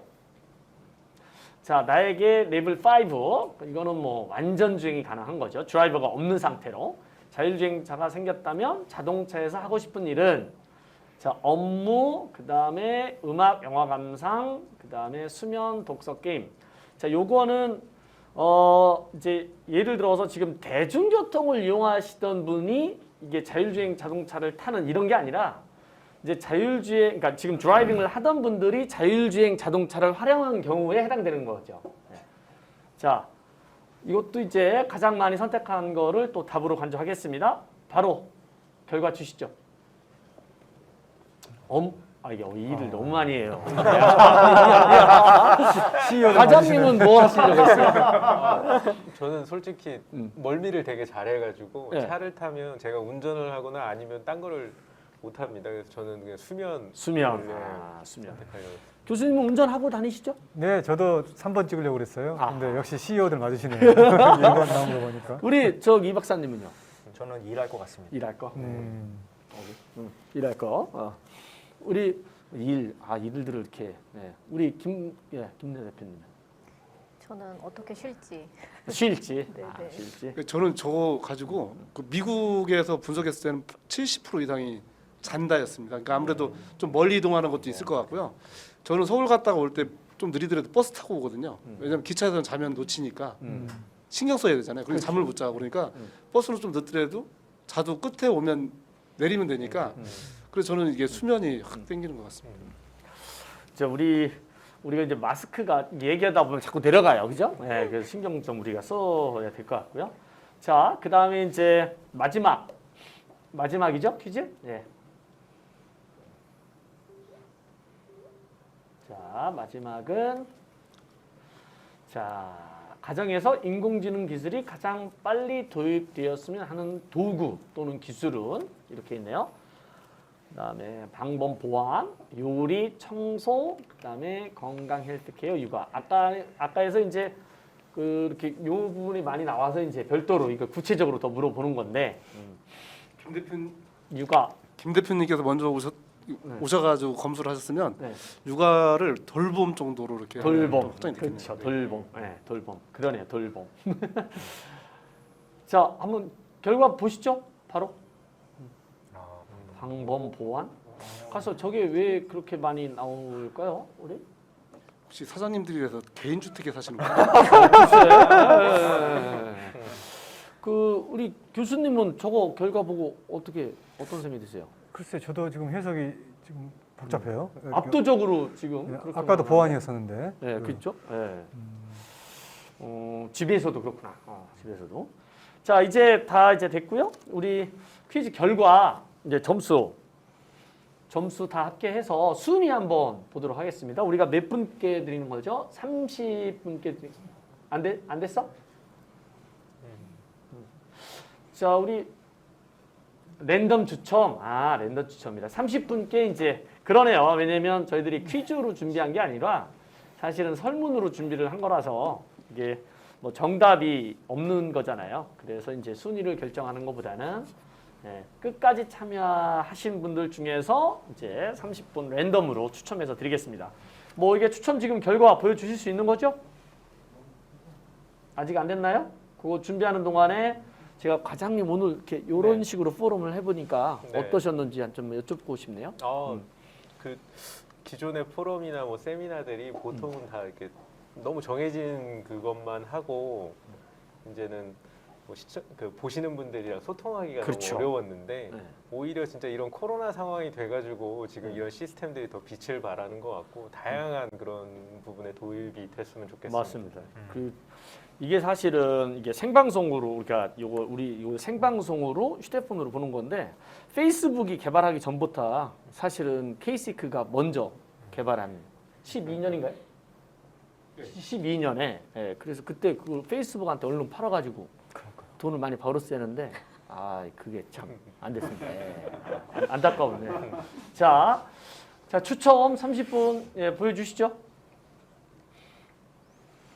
이거 많은 분들이 끝까지 참여해 주셔서 너무 감사드리고요.